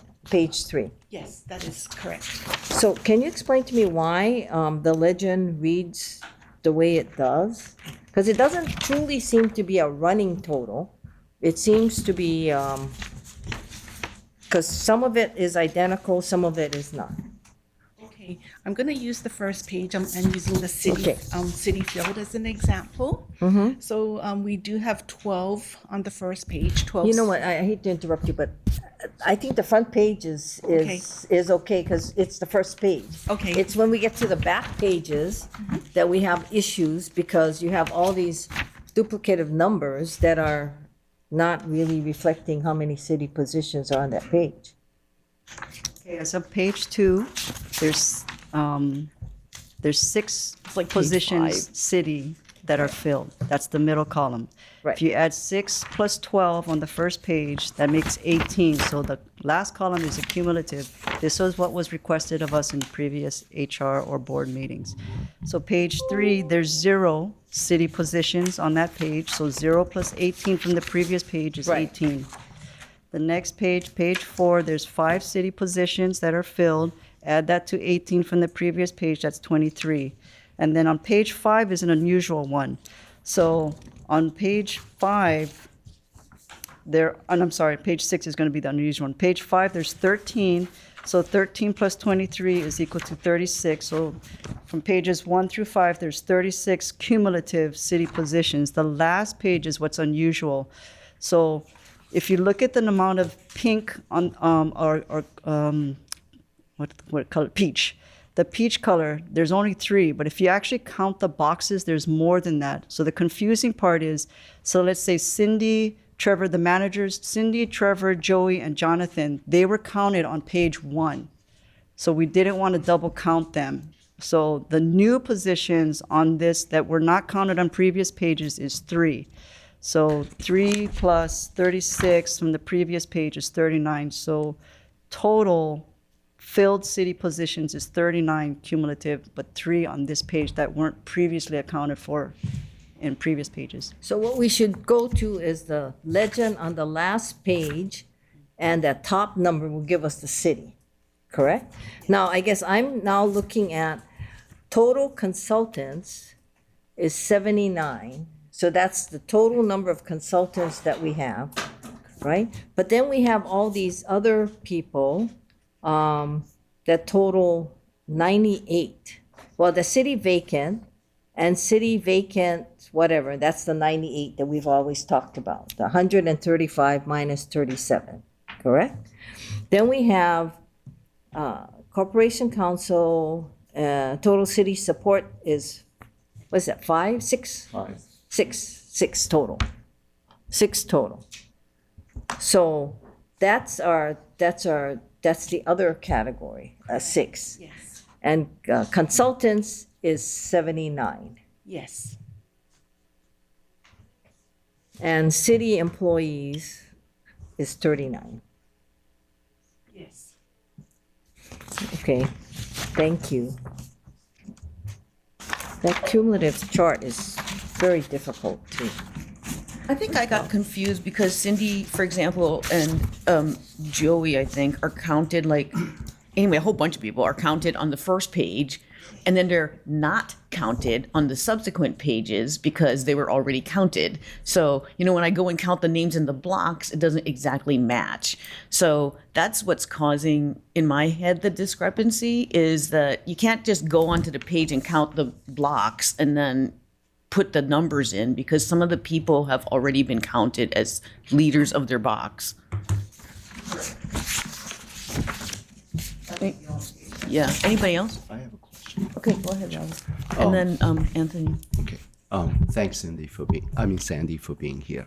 So my question has to do with what's actually not in the organizational chart.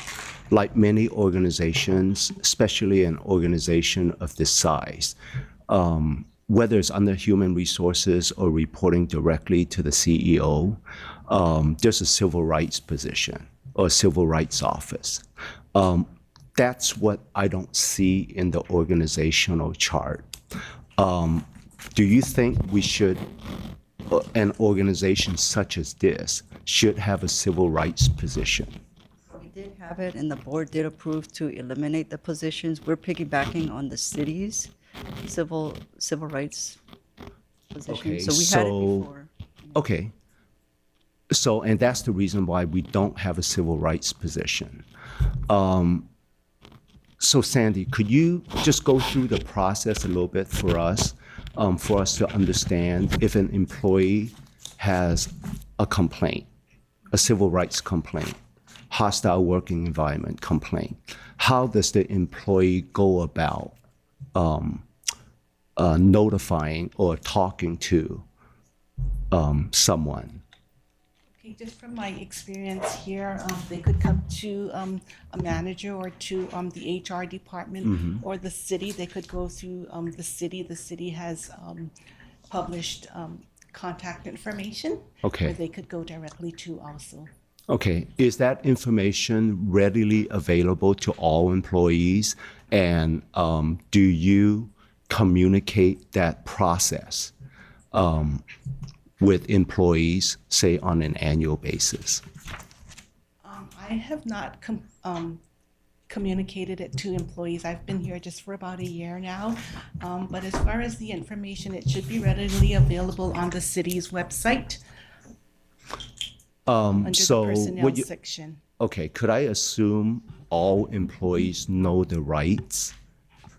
I know there's a lot of information on website, but sometimes you do have to communicate with the employee, right? Employees, because they may not know exactly what to do. Do they know that they could come to you, for example, to get the information? And if they do, are they reminded of it annually or every so often? I know at OTS, we do that. We want to make sure employees absolutely know the rights, and it's important for us, or to us, for the employees to know that. Thank you for that question. All of our employees do go through annual training, so that's one thing, but we can do better, and we can take your suggestion up and communicate that to our employees. Oh, yeah, it's just a comment, I kind of want to, yeah, right. Okay, thanks, Sandy. Robert. Oh, well, I'm not the chair. or a follow-up? Follow-up. go ahead. I know we use the term civil rights, but actually the two parts of the law that are covered by civil rights are EEO and Title VI. Title VI is an outward-looking issue of civil rights to make sure that people that can, that the general public is not discriminated against. EEO is the internal one. So I think the question really if you're talking about employees is, are we, do we have, who's responsible for EEO? Well, I'm actually referring to both employees and outside third parties, because the policy should cover both, right? We are working on right now to complete an EEO policy that's due to, I think, the FTA. Yeah.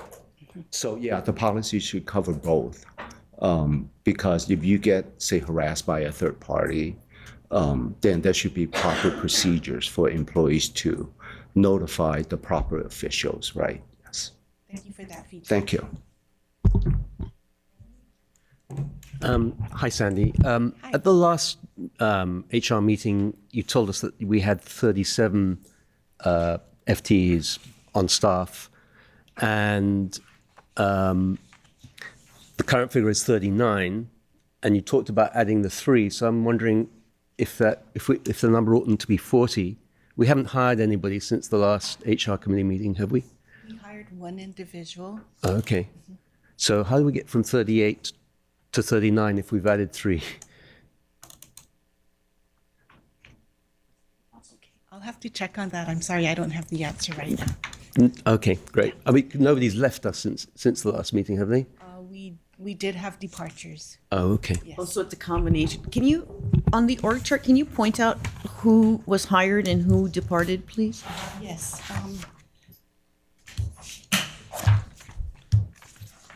I mean, has it been updated for that yet? Or maybe Yes.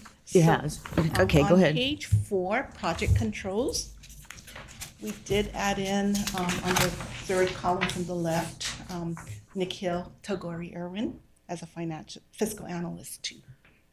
Page He was 4. hired back on May 20th.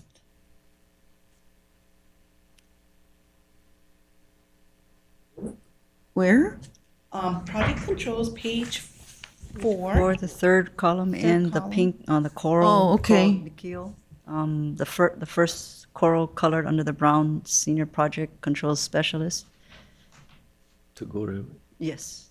To go to Irwin. Okay, got it. So we met him at that big, actually, you were there, Michelle, at that big fair. It just took a while to get him in, but he's finally started. That's actually, I mean, honestly, that's actually good, right, for the city. Sandy, do you remember the date of that event that you guys went to? Yeah, it was around February. It was February, and he started in May. So I think that's great. I mean, It's lightning speed for the city, isn't it? well, I mean, we're not Pearl Harbor, right? Because they can see a resume and they can just like almost instantly give a conditional offer of employment. And so, you know, it's better. It's much better. I mean, especially when you have a qualified candidate that you find that in a job that's been open for quite some time. Okay, the departure? We did have a departure in the quality control, quality assurance area. That would have been on page 6. I was really disappointed with this one. I was really trying to mentor her and take her under my wings. A quality engineer, she was actually a mechanical engineer.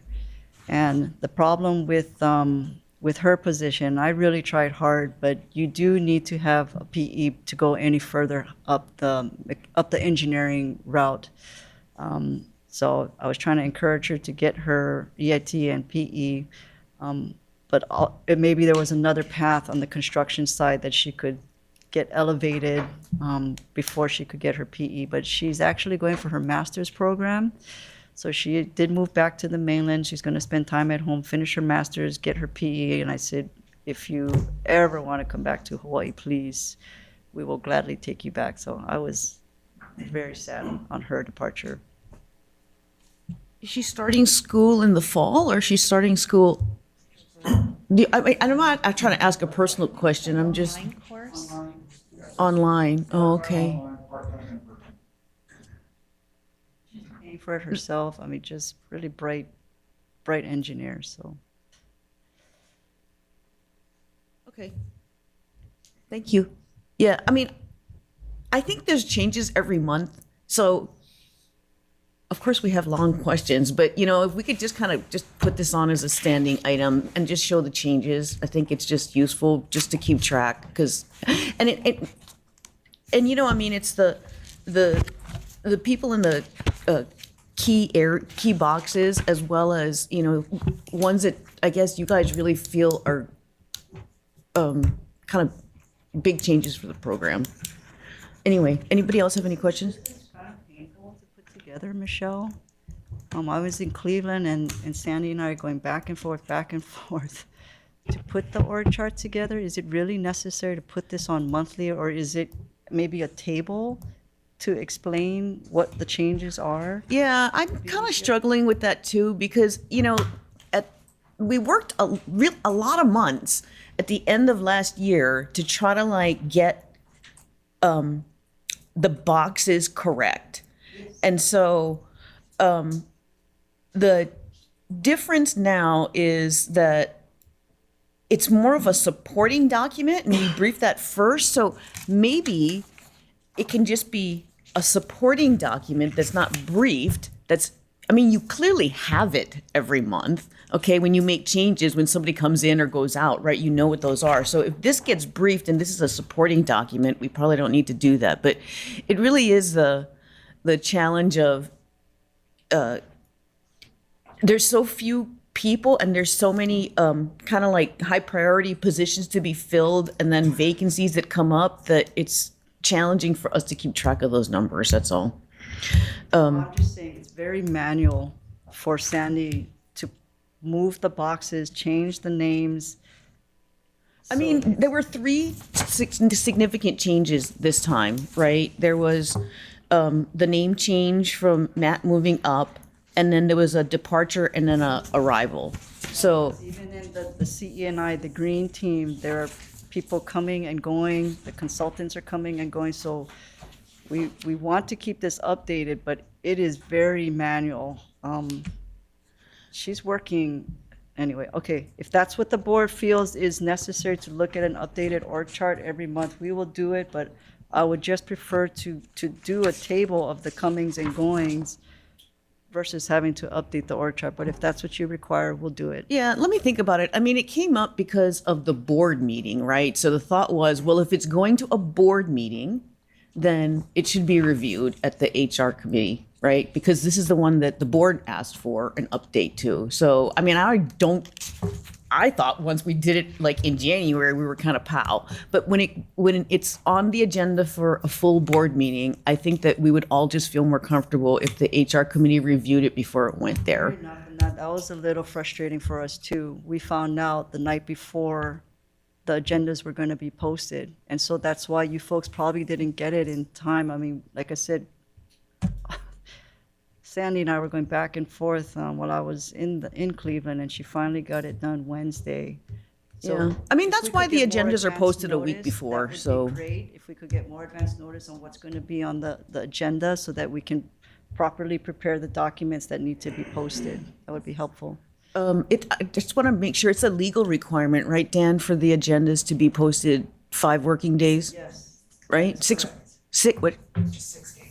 days, 6 calendar days. Okay. Found out, I got the drafts Friday morning when it was supposed to be posted Friday. And so if there's documents that need to, we would love to have it, to Natalie's point that she keeps bringing up in board meetings. Can you please post it, because they're physically not here so that we can Yeah. hand it out. So we knew we were up against a deadline to get this absolutely correct by Wednesday. Yeah, I don't know how all the other committee chairs do it, but I mean, I think I communicate with Sandy sometimes before the board meeting thinking, well, this is what I think should be on it. What do you think should be on it, kind of thing. But Oh, I'm sorry, so that was communicated to Sandy? no, sometimes I do that. Like, we've had discussions, not on this particular matter, but we've had discussions about what should, because we're kind of we're partnership, right? And so as a partnership, we talk about, well, is it time to do that? Or should we talk about like, we had on our agenda training, for example, and those kinds of things, and what takes precedence and what's more important to the employees, for example, or what's more important to the people to hear about. And so, we've had those discussions, but yes, I don't disagree that the earlier everyone can know, and the more fixed an agenda can be. If the agenda is fixed, then you know what's due every month, right? Sort of like the POC, right? It's fixed, you know what it is, right? And Roberts, we knew those cash flows are going to be every month. Right. So we had, when the drafts came out, Richard was already pretty much prepared to So, put the cash yeah, I guess I didn't understand how difficult it was to keep track of who was on the project on a month-by-month basis. It's difficult because it's a very manual software that she's using to make all of the changes. So we keep track, but that's what I'm saying. Instead of a color-coordinated org chart, could a table suffice? Who's coming and going? You can think That's a about question. it. Yes, a blank template with city positions and a spreadsheet that cross-tracks could potentially work. Right? I mean, so for example, a blank template that identifies all the city positions in one color, not 3, and then a spreadsheet that matches to that as a cross-reference could work if you guys want to propose that, and that would match how you're keeping track of it. You know what I'm saying? Do you understand what I'm saying? Sandy? Okay. So the question is, the PMOC gets some kind of report from you, right? Or from Lori, because their number 2 concern in their reports, albeit it's, what is it, running, what, 3 months late on PMOC reports, 2 months late? Current. Yeah, well, whatever it is. And the number 2 risk consideration is, of course, our personnel matters. And what is it that you provide them? This table? There was a slide before, and then since we have to prepare this for the board anyway, instead of having our Sandy having to make a whole nother slide for PMOC, we give this table. So PMOC gets this. And then from this PMOC, I guess the question is, when they get this, do they know because remember, what this doesn't have, Sandy, is remember the other form we had was when it was listed, I mean, when it was vacant, and then when we advertised, and whether it's filled or not. So I guess when you look at this, it doesn't tell you how long the vacancies were there, right? Yes. And that seems to be a totally different slide even from this, but I remember us getting that slide too. And so we knew, like, for example, when the director of finance was vacant, left, and, when it was posted and how we were doing. And I guess that's what I was wondering, because for the PMOC to come up with their conclusion, that's the number 2 risk in their report, there's got to be something that they were looking at. So what you and Laurie are saying, it's this that they looked at. So unless they're doing this with the prior months, and I don't know how they would come to any conclusion. Anyway, that might be an alternative, is to update this and go back to that report that we had that told us when the vacancy occurred, when it was posted, and how long. That's a different, is that the report that you give the board? I know we see that. Yes. Yeah, Correct. you give it to the board, right? Yes. So, but anyway, I was just curious as to how the PMOC arrives at their conclusion. Okay, we have a kind of crisis here because I lose quorum at 11:15. Okay, so if everyone could just take that time constraint into consideration. Sandy, can we move to personnel update, the spreadsheet chart? Yes. What I'm going to do, I think, is just run down where the changes are. Okay. So on item 7, data processing systems analyst, we do have a candidate that we've selected that will be starting on July 1. Anybody have any questions? I have one. The CFO position, within the last 2 months, were there any qualified candidates that met the minimum requirements received? We did have one candidate, but as the notes state, we have spoken to the candidate, but we're kind of waiting at this point. No, I see the note. When we briefed that status, it was said that the vacancy is still open. So have any applicants since that time, a couple months ago, have any applicants met the minimum qualifications? We have not had any. You have not had any? No. Okay. Just a couple of other updates. Number 12, so the records management analyst, so she will be starting July 1st, Sandy? That is correct. Okay, and then number 18, I think that person is coming in mid-June now, right? That's for June you. 17th. June 17th, yeah. And then, I think that's it. The planner, yeah, I think even the planner, number 9, is still July 1st. I saw Okay. HR approved it, but hopefully we can get them in Yes. sooner. Great. July 1st. Thank you. Anybody else? Okay, I am going to switch can I switch item 5 and 4? So I can go to item 5 first? Okay, I'm going to switch item 5 and 4. So we're going to move item number 5, Executive Director and CEO's contract, to now. Do I have any public testimony?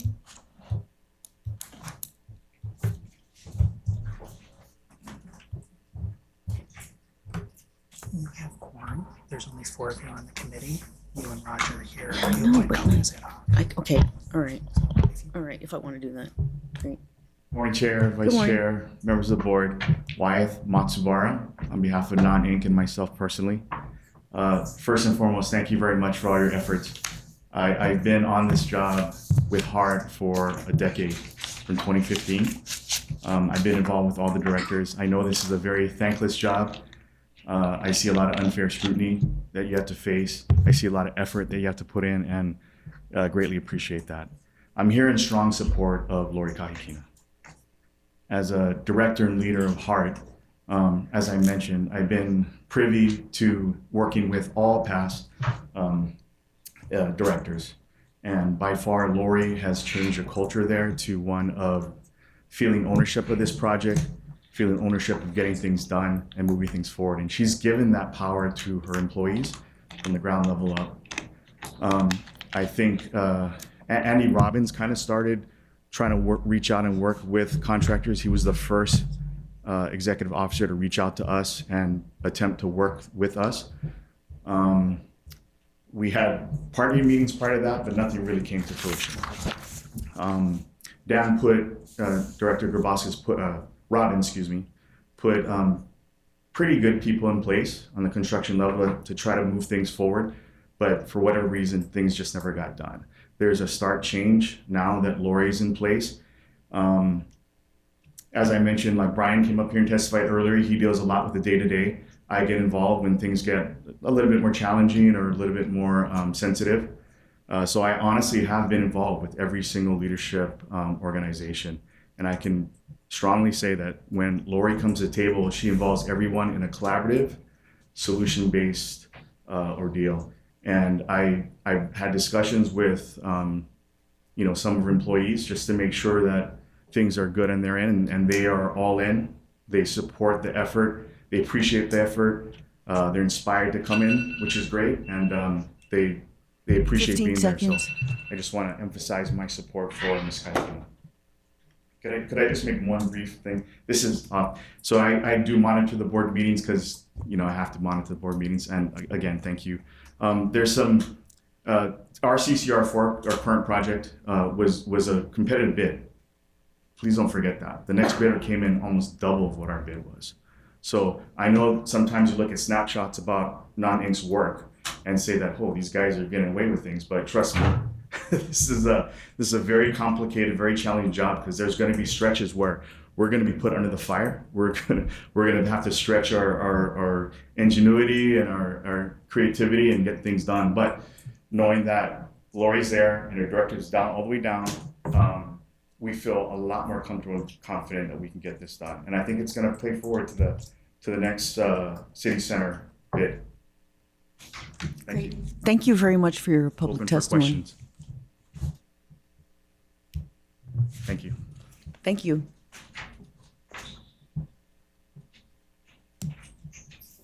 So I don't have anything public for the executive. Oh, one more? Oh, one more. I'm sorry. I looked down for a second. Thank you, Chair. Go I'm ahead. Renee Robin, Business Systems Manager, Hart. I wanted to speak on behalf of Lori. I grew up here on the island, and then I spent a long time in public service on the mainland for the last 15 years.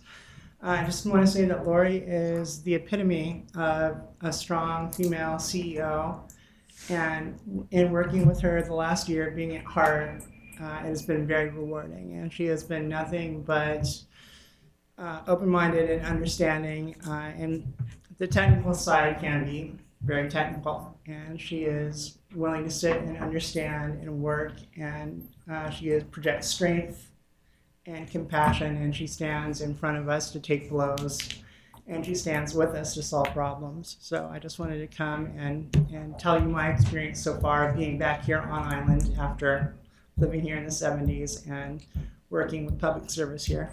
Thank you. Thank you for your public testimony. Okay, I'm gonna actually keep my head up in case there's somebody else.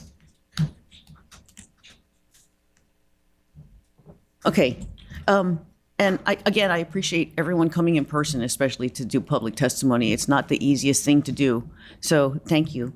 I don't have anything public for the executive director and CEO contract. And so my suggestion would be that that we talk about whether it's appropriate to go into executive session or not. I need a call for it. I can't do it, can I? You mean you want a motion? I want a motion. Chair, before you go, and if I could just make a public statement that I want to just say that, based on my record, I am a dedicated government employee. I've been with the city almost 20 years now. And I try to instill in the Hart Ohana, many of them are here, that the decisions that they make always have to be in the taxpayer's best interest. Not necessarily is that the cheapest, But it's always when they make their decisions, it has to be that way. I think I've proven myself the last 3.5 years, not just myself, but the Heart Ohana, what we've accomplished in the last 3.5 years is remarkable. And I'm very proud of that, proud of them and proud of my team and proud of what we've accomplished together. I am dedicated to this project and would like to see it to its end. So with that, I know you folks are going to go into executive session. I look forward to hearing back from you when you're done. Thank you. Great, thank you. Chair, and if I can add, so if the committee would like to hear from me and get legal advice, obviously we can go into executive session. If Lori wants to waive her privacy interests, then we can also have the discussion in open session. So it's again up to her as to whether she wants to have this open or not. This question, is it up to her or is it up to the board? So it's her privacy interest. So if she waives it, I understand she can waive it and we can discuss it in public, but is the decision to go into executive session something that the board could do regardless of whether she waives her privacy? So a couple of things. So if it's a question of legal advice, it will always be an executive session. If the board or committee wanted to hear from, say, current or former employees where their privacy interests might be at stake, then again, the board or the committee could go into executive session. But if it's just going to be a discussion of Lori's performance and she wants to be in public, then it will be in public.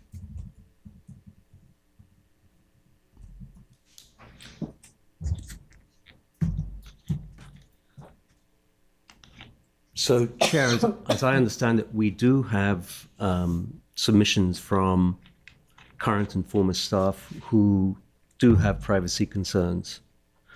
And I, for one, would like to hear what they have, what they have to say.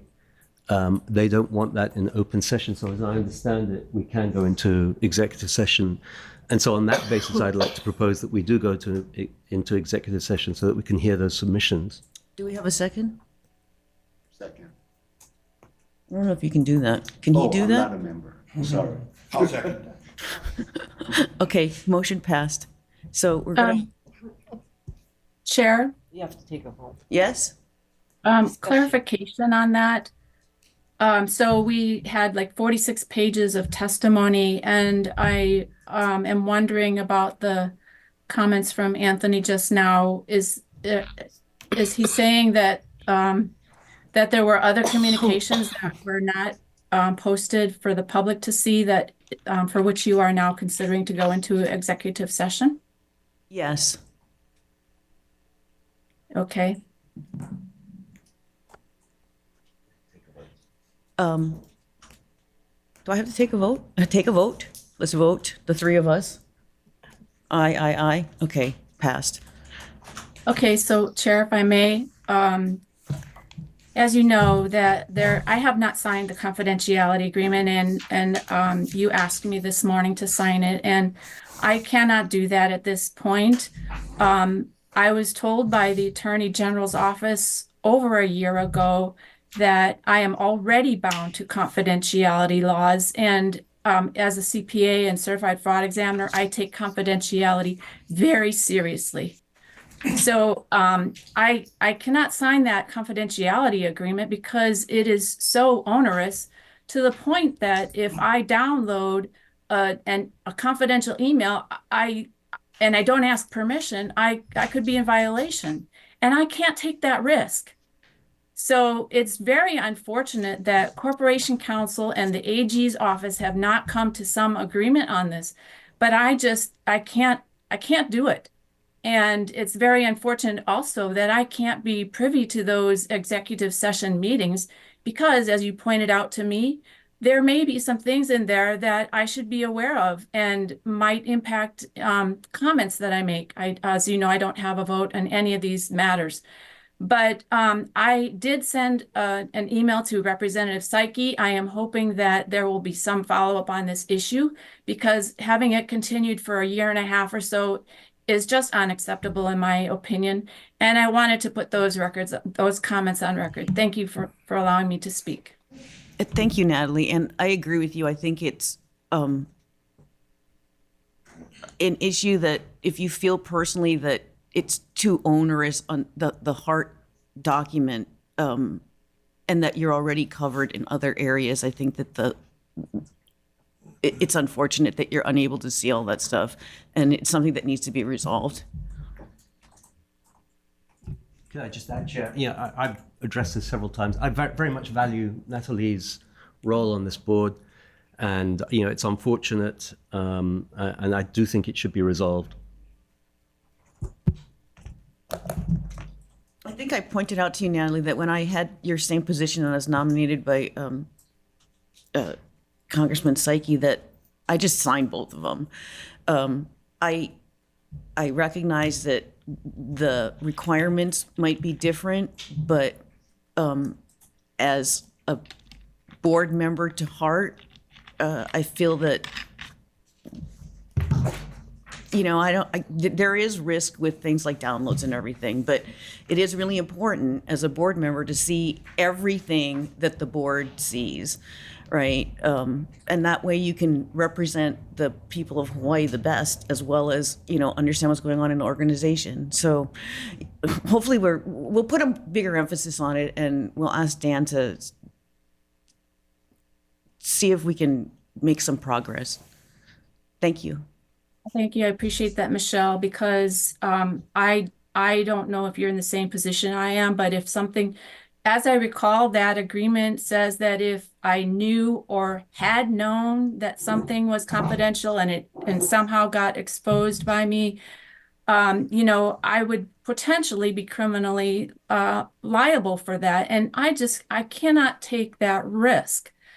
When I renew my license and my permit to practice, I have to disclose certain information. I have to say, no, I was not involved in any of these illegal activities or whatever. I forget the exact wording. But thank you for recognizing that, and I hope we can put this to rest in the near future. Okay, thank you. We're going to move to executive session, so thank you. We're remaining in this room. We're going to remain in this room, and we're going to ask everyone to vacate the room.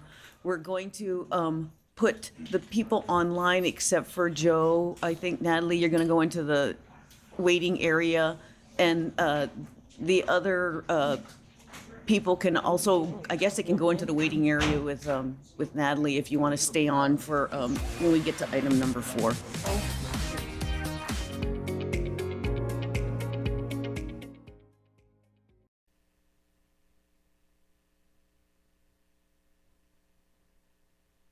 Members that you saw at the beginning were actually here for, Kika was here for the whole thing. Anthony Alto had to leave he left at 11:30.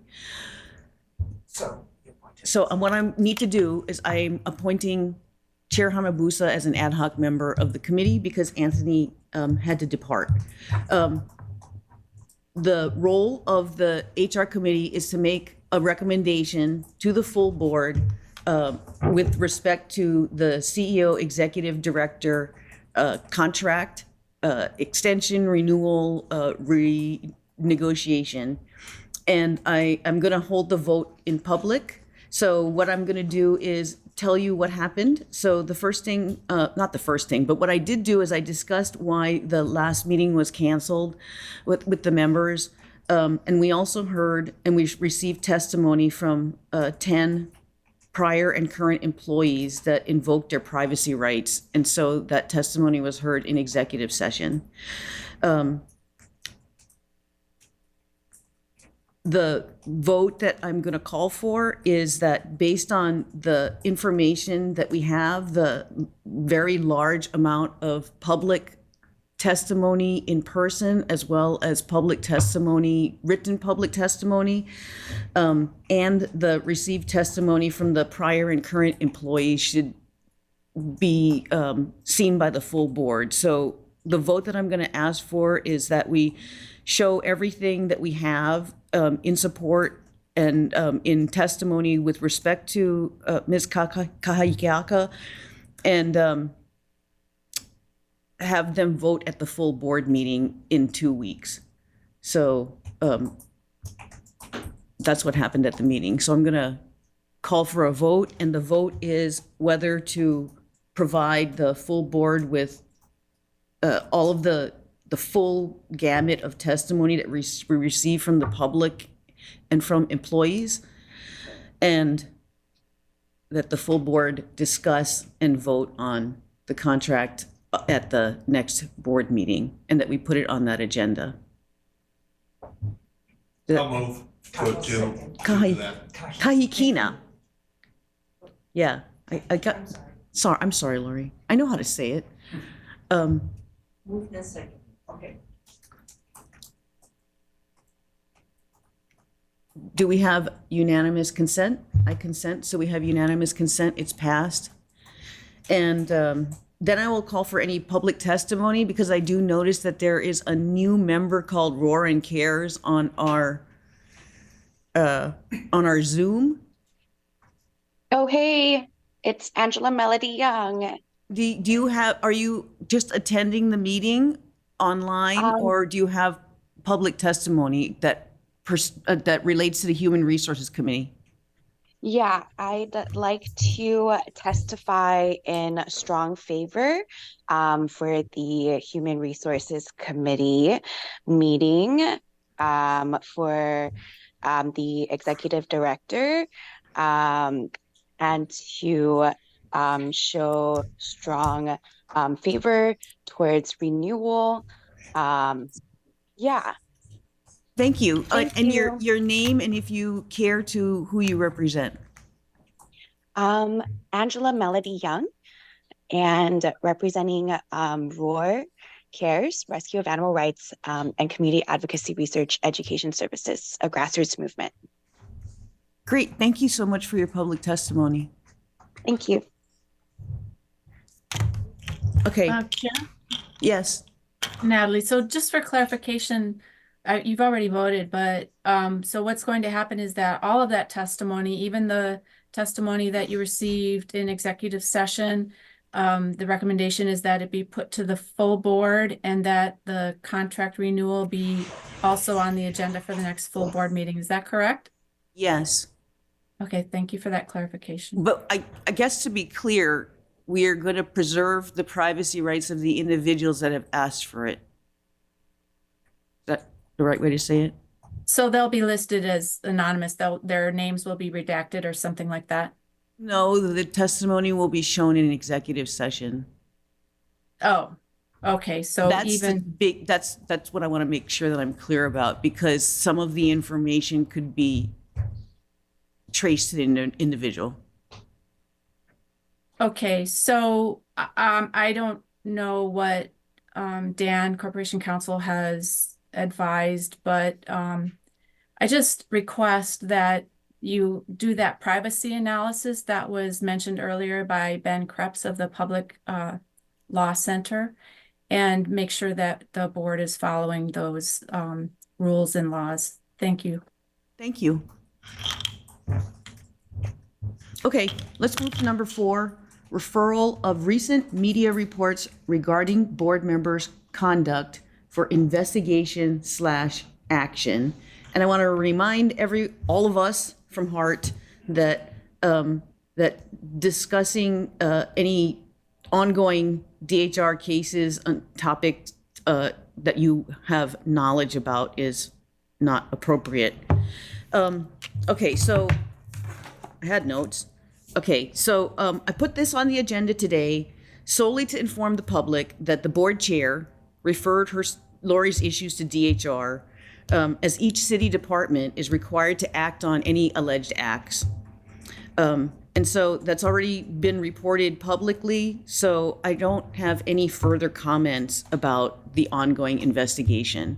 But, you know, there were some speculation in the news on what this was, and that's what it was. It was a referral that our Deputy Corporation Counsel helped the board chair make to refer the case to DHR. Chair? Yes. Can you explain the process then? What will happen? You know, what steps are taken, or just the process that we will be going through with this? I don't know the process. but I can make a comment that my experience is that this kind of investigation may leave some people not knowing what happened, including the board.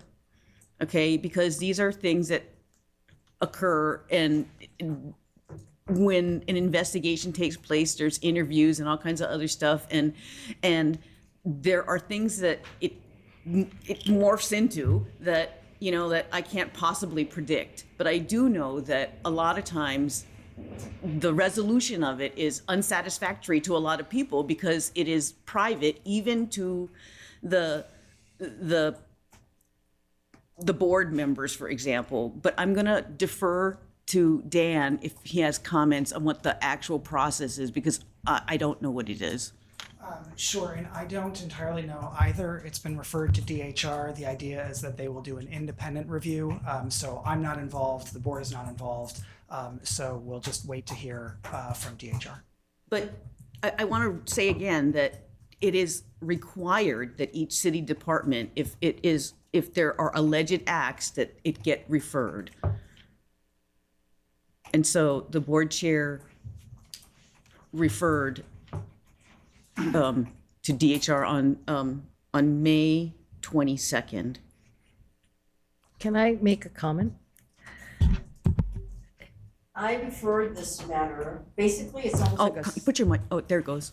Yeah, I referred this matter, basically it's like self-reporting, and as people know who have served on this board with me, that whenever there's any issues that are raised, that I ask the individual to self-report and to get a ruling, whether it's from ethics or whomever. The reason why I'm speaking now, though I would normally just not say anything, is really to address you, Natalie, because I just want you to know that when the Star Advertiser asked me if this investigation, first they asked me about the whole situation, and I said I didn't believe it was appropriate to make a statement because it's a personnel matter, and it really is something involving Lori's privacy. They did ask me if the individual that was being reported was you, Natalie. And I said, absolutely not. I said, I do not, it's not my agenda, but it's not Natalie. And I don't know why the Star Advertiser then reported twice after that it was you, Natalie. And because I would like to know who their source was, that they would believe the source, but it was not you. And I feel that they owe you an apology for whatever anguish it caused you. And I also believe that the board, not me, but the board deserves an apology too, because the board did not do you, did not say it was you. And I just wanted to be clear that I did have the opportunity to make that statement, and I did make that statement, that it wasn't you. The board was not in anywhere trying to silence you or to take away your rights to speak, because you have always done it in accordance with the rules, which is you say you speak as an individual. So I have no idea where that came from. I would like to know, but I don't. And I just wanted to make that clear, Natalie, that it was never you. It was me, self-reporting myself. Thank you for that, Chair. You know, when I first read that item, I actually thought it was about me, not thinking that it would be about you, but I appreciate that you recognize that I do follow the rules and say that I'm speaking in my own capacity. So thank you for that. Yeah, you always have done that, and it is your right to do that. So, but I did want everyone to know that it was self-reporting, because we take very seriously, I take very seriously how Lori felt. And there is, unfortunately, no place else, because we are the highest authority, that we have to punt it to whoever would be the appropriate entity. And that's when our attorney said it was HR for the city, and that's where the investigation is going to be done, because it doesn't, I think we all share one thing, all of us, and that is that we all are committed to this project. We want to see the project go forward, and we don't need this to in any way hinder the project. So I think that the mayor said it when he said, let's take it, let's just give it to the investigation, and the investigation will do it. But I think it was important to note that it was not you, Natalie. It wasn't the board taking action against you, and it was really myself self-reporting, because I think that's the right thing to do. If we're going to move forward, we need a resolution. We should all know what we are faced with and what are the parameters of behavior. And I think that that's essential, and we will hear when this investigation is over, I hope. Thank you. Thank you, Chair. I guess my comment to that is we have no idea how long it will take, what the timeline is, or what exactly the process is. And I'm not entirely sure that it's my druthers to try to force DHR to tell me what that is. So I have this funny feeling I'm not going to be super satisfied with, like, you know, there's not going to be any status on this or anything. So I think this is it. And I would just remind everybody from Hart that the way that Natalie speaks and says, I'm speaking as, you know, myself versus Hart is important, because a lot of us attend all kinds of events, and because of the position that you have, that it's taken as speaking for Hart, you know, and you have to be careful about that when people ask you questions, because it could just end up in the newspaper. And, you know, as a intelligence officer, we always said, if it ends up on the front page of the Washington Post, you didn't do your job right. So I'm not doing my job right if it's ending up on the front page of the Star Advertiser. With that, does anybody have any other comments about number 4, the referral of the investigation to DHR for action? If not, then I am closing the HR committee meeting at 12:53. Thank you.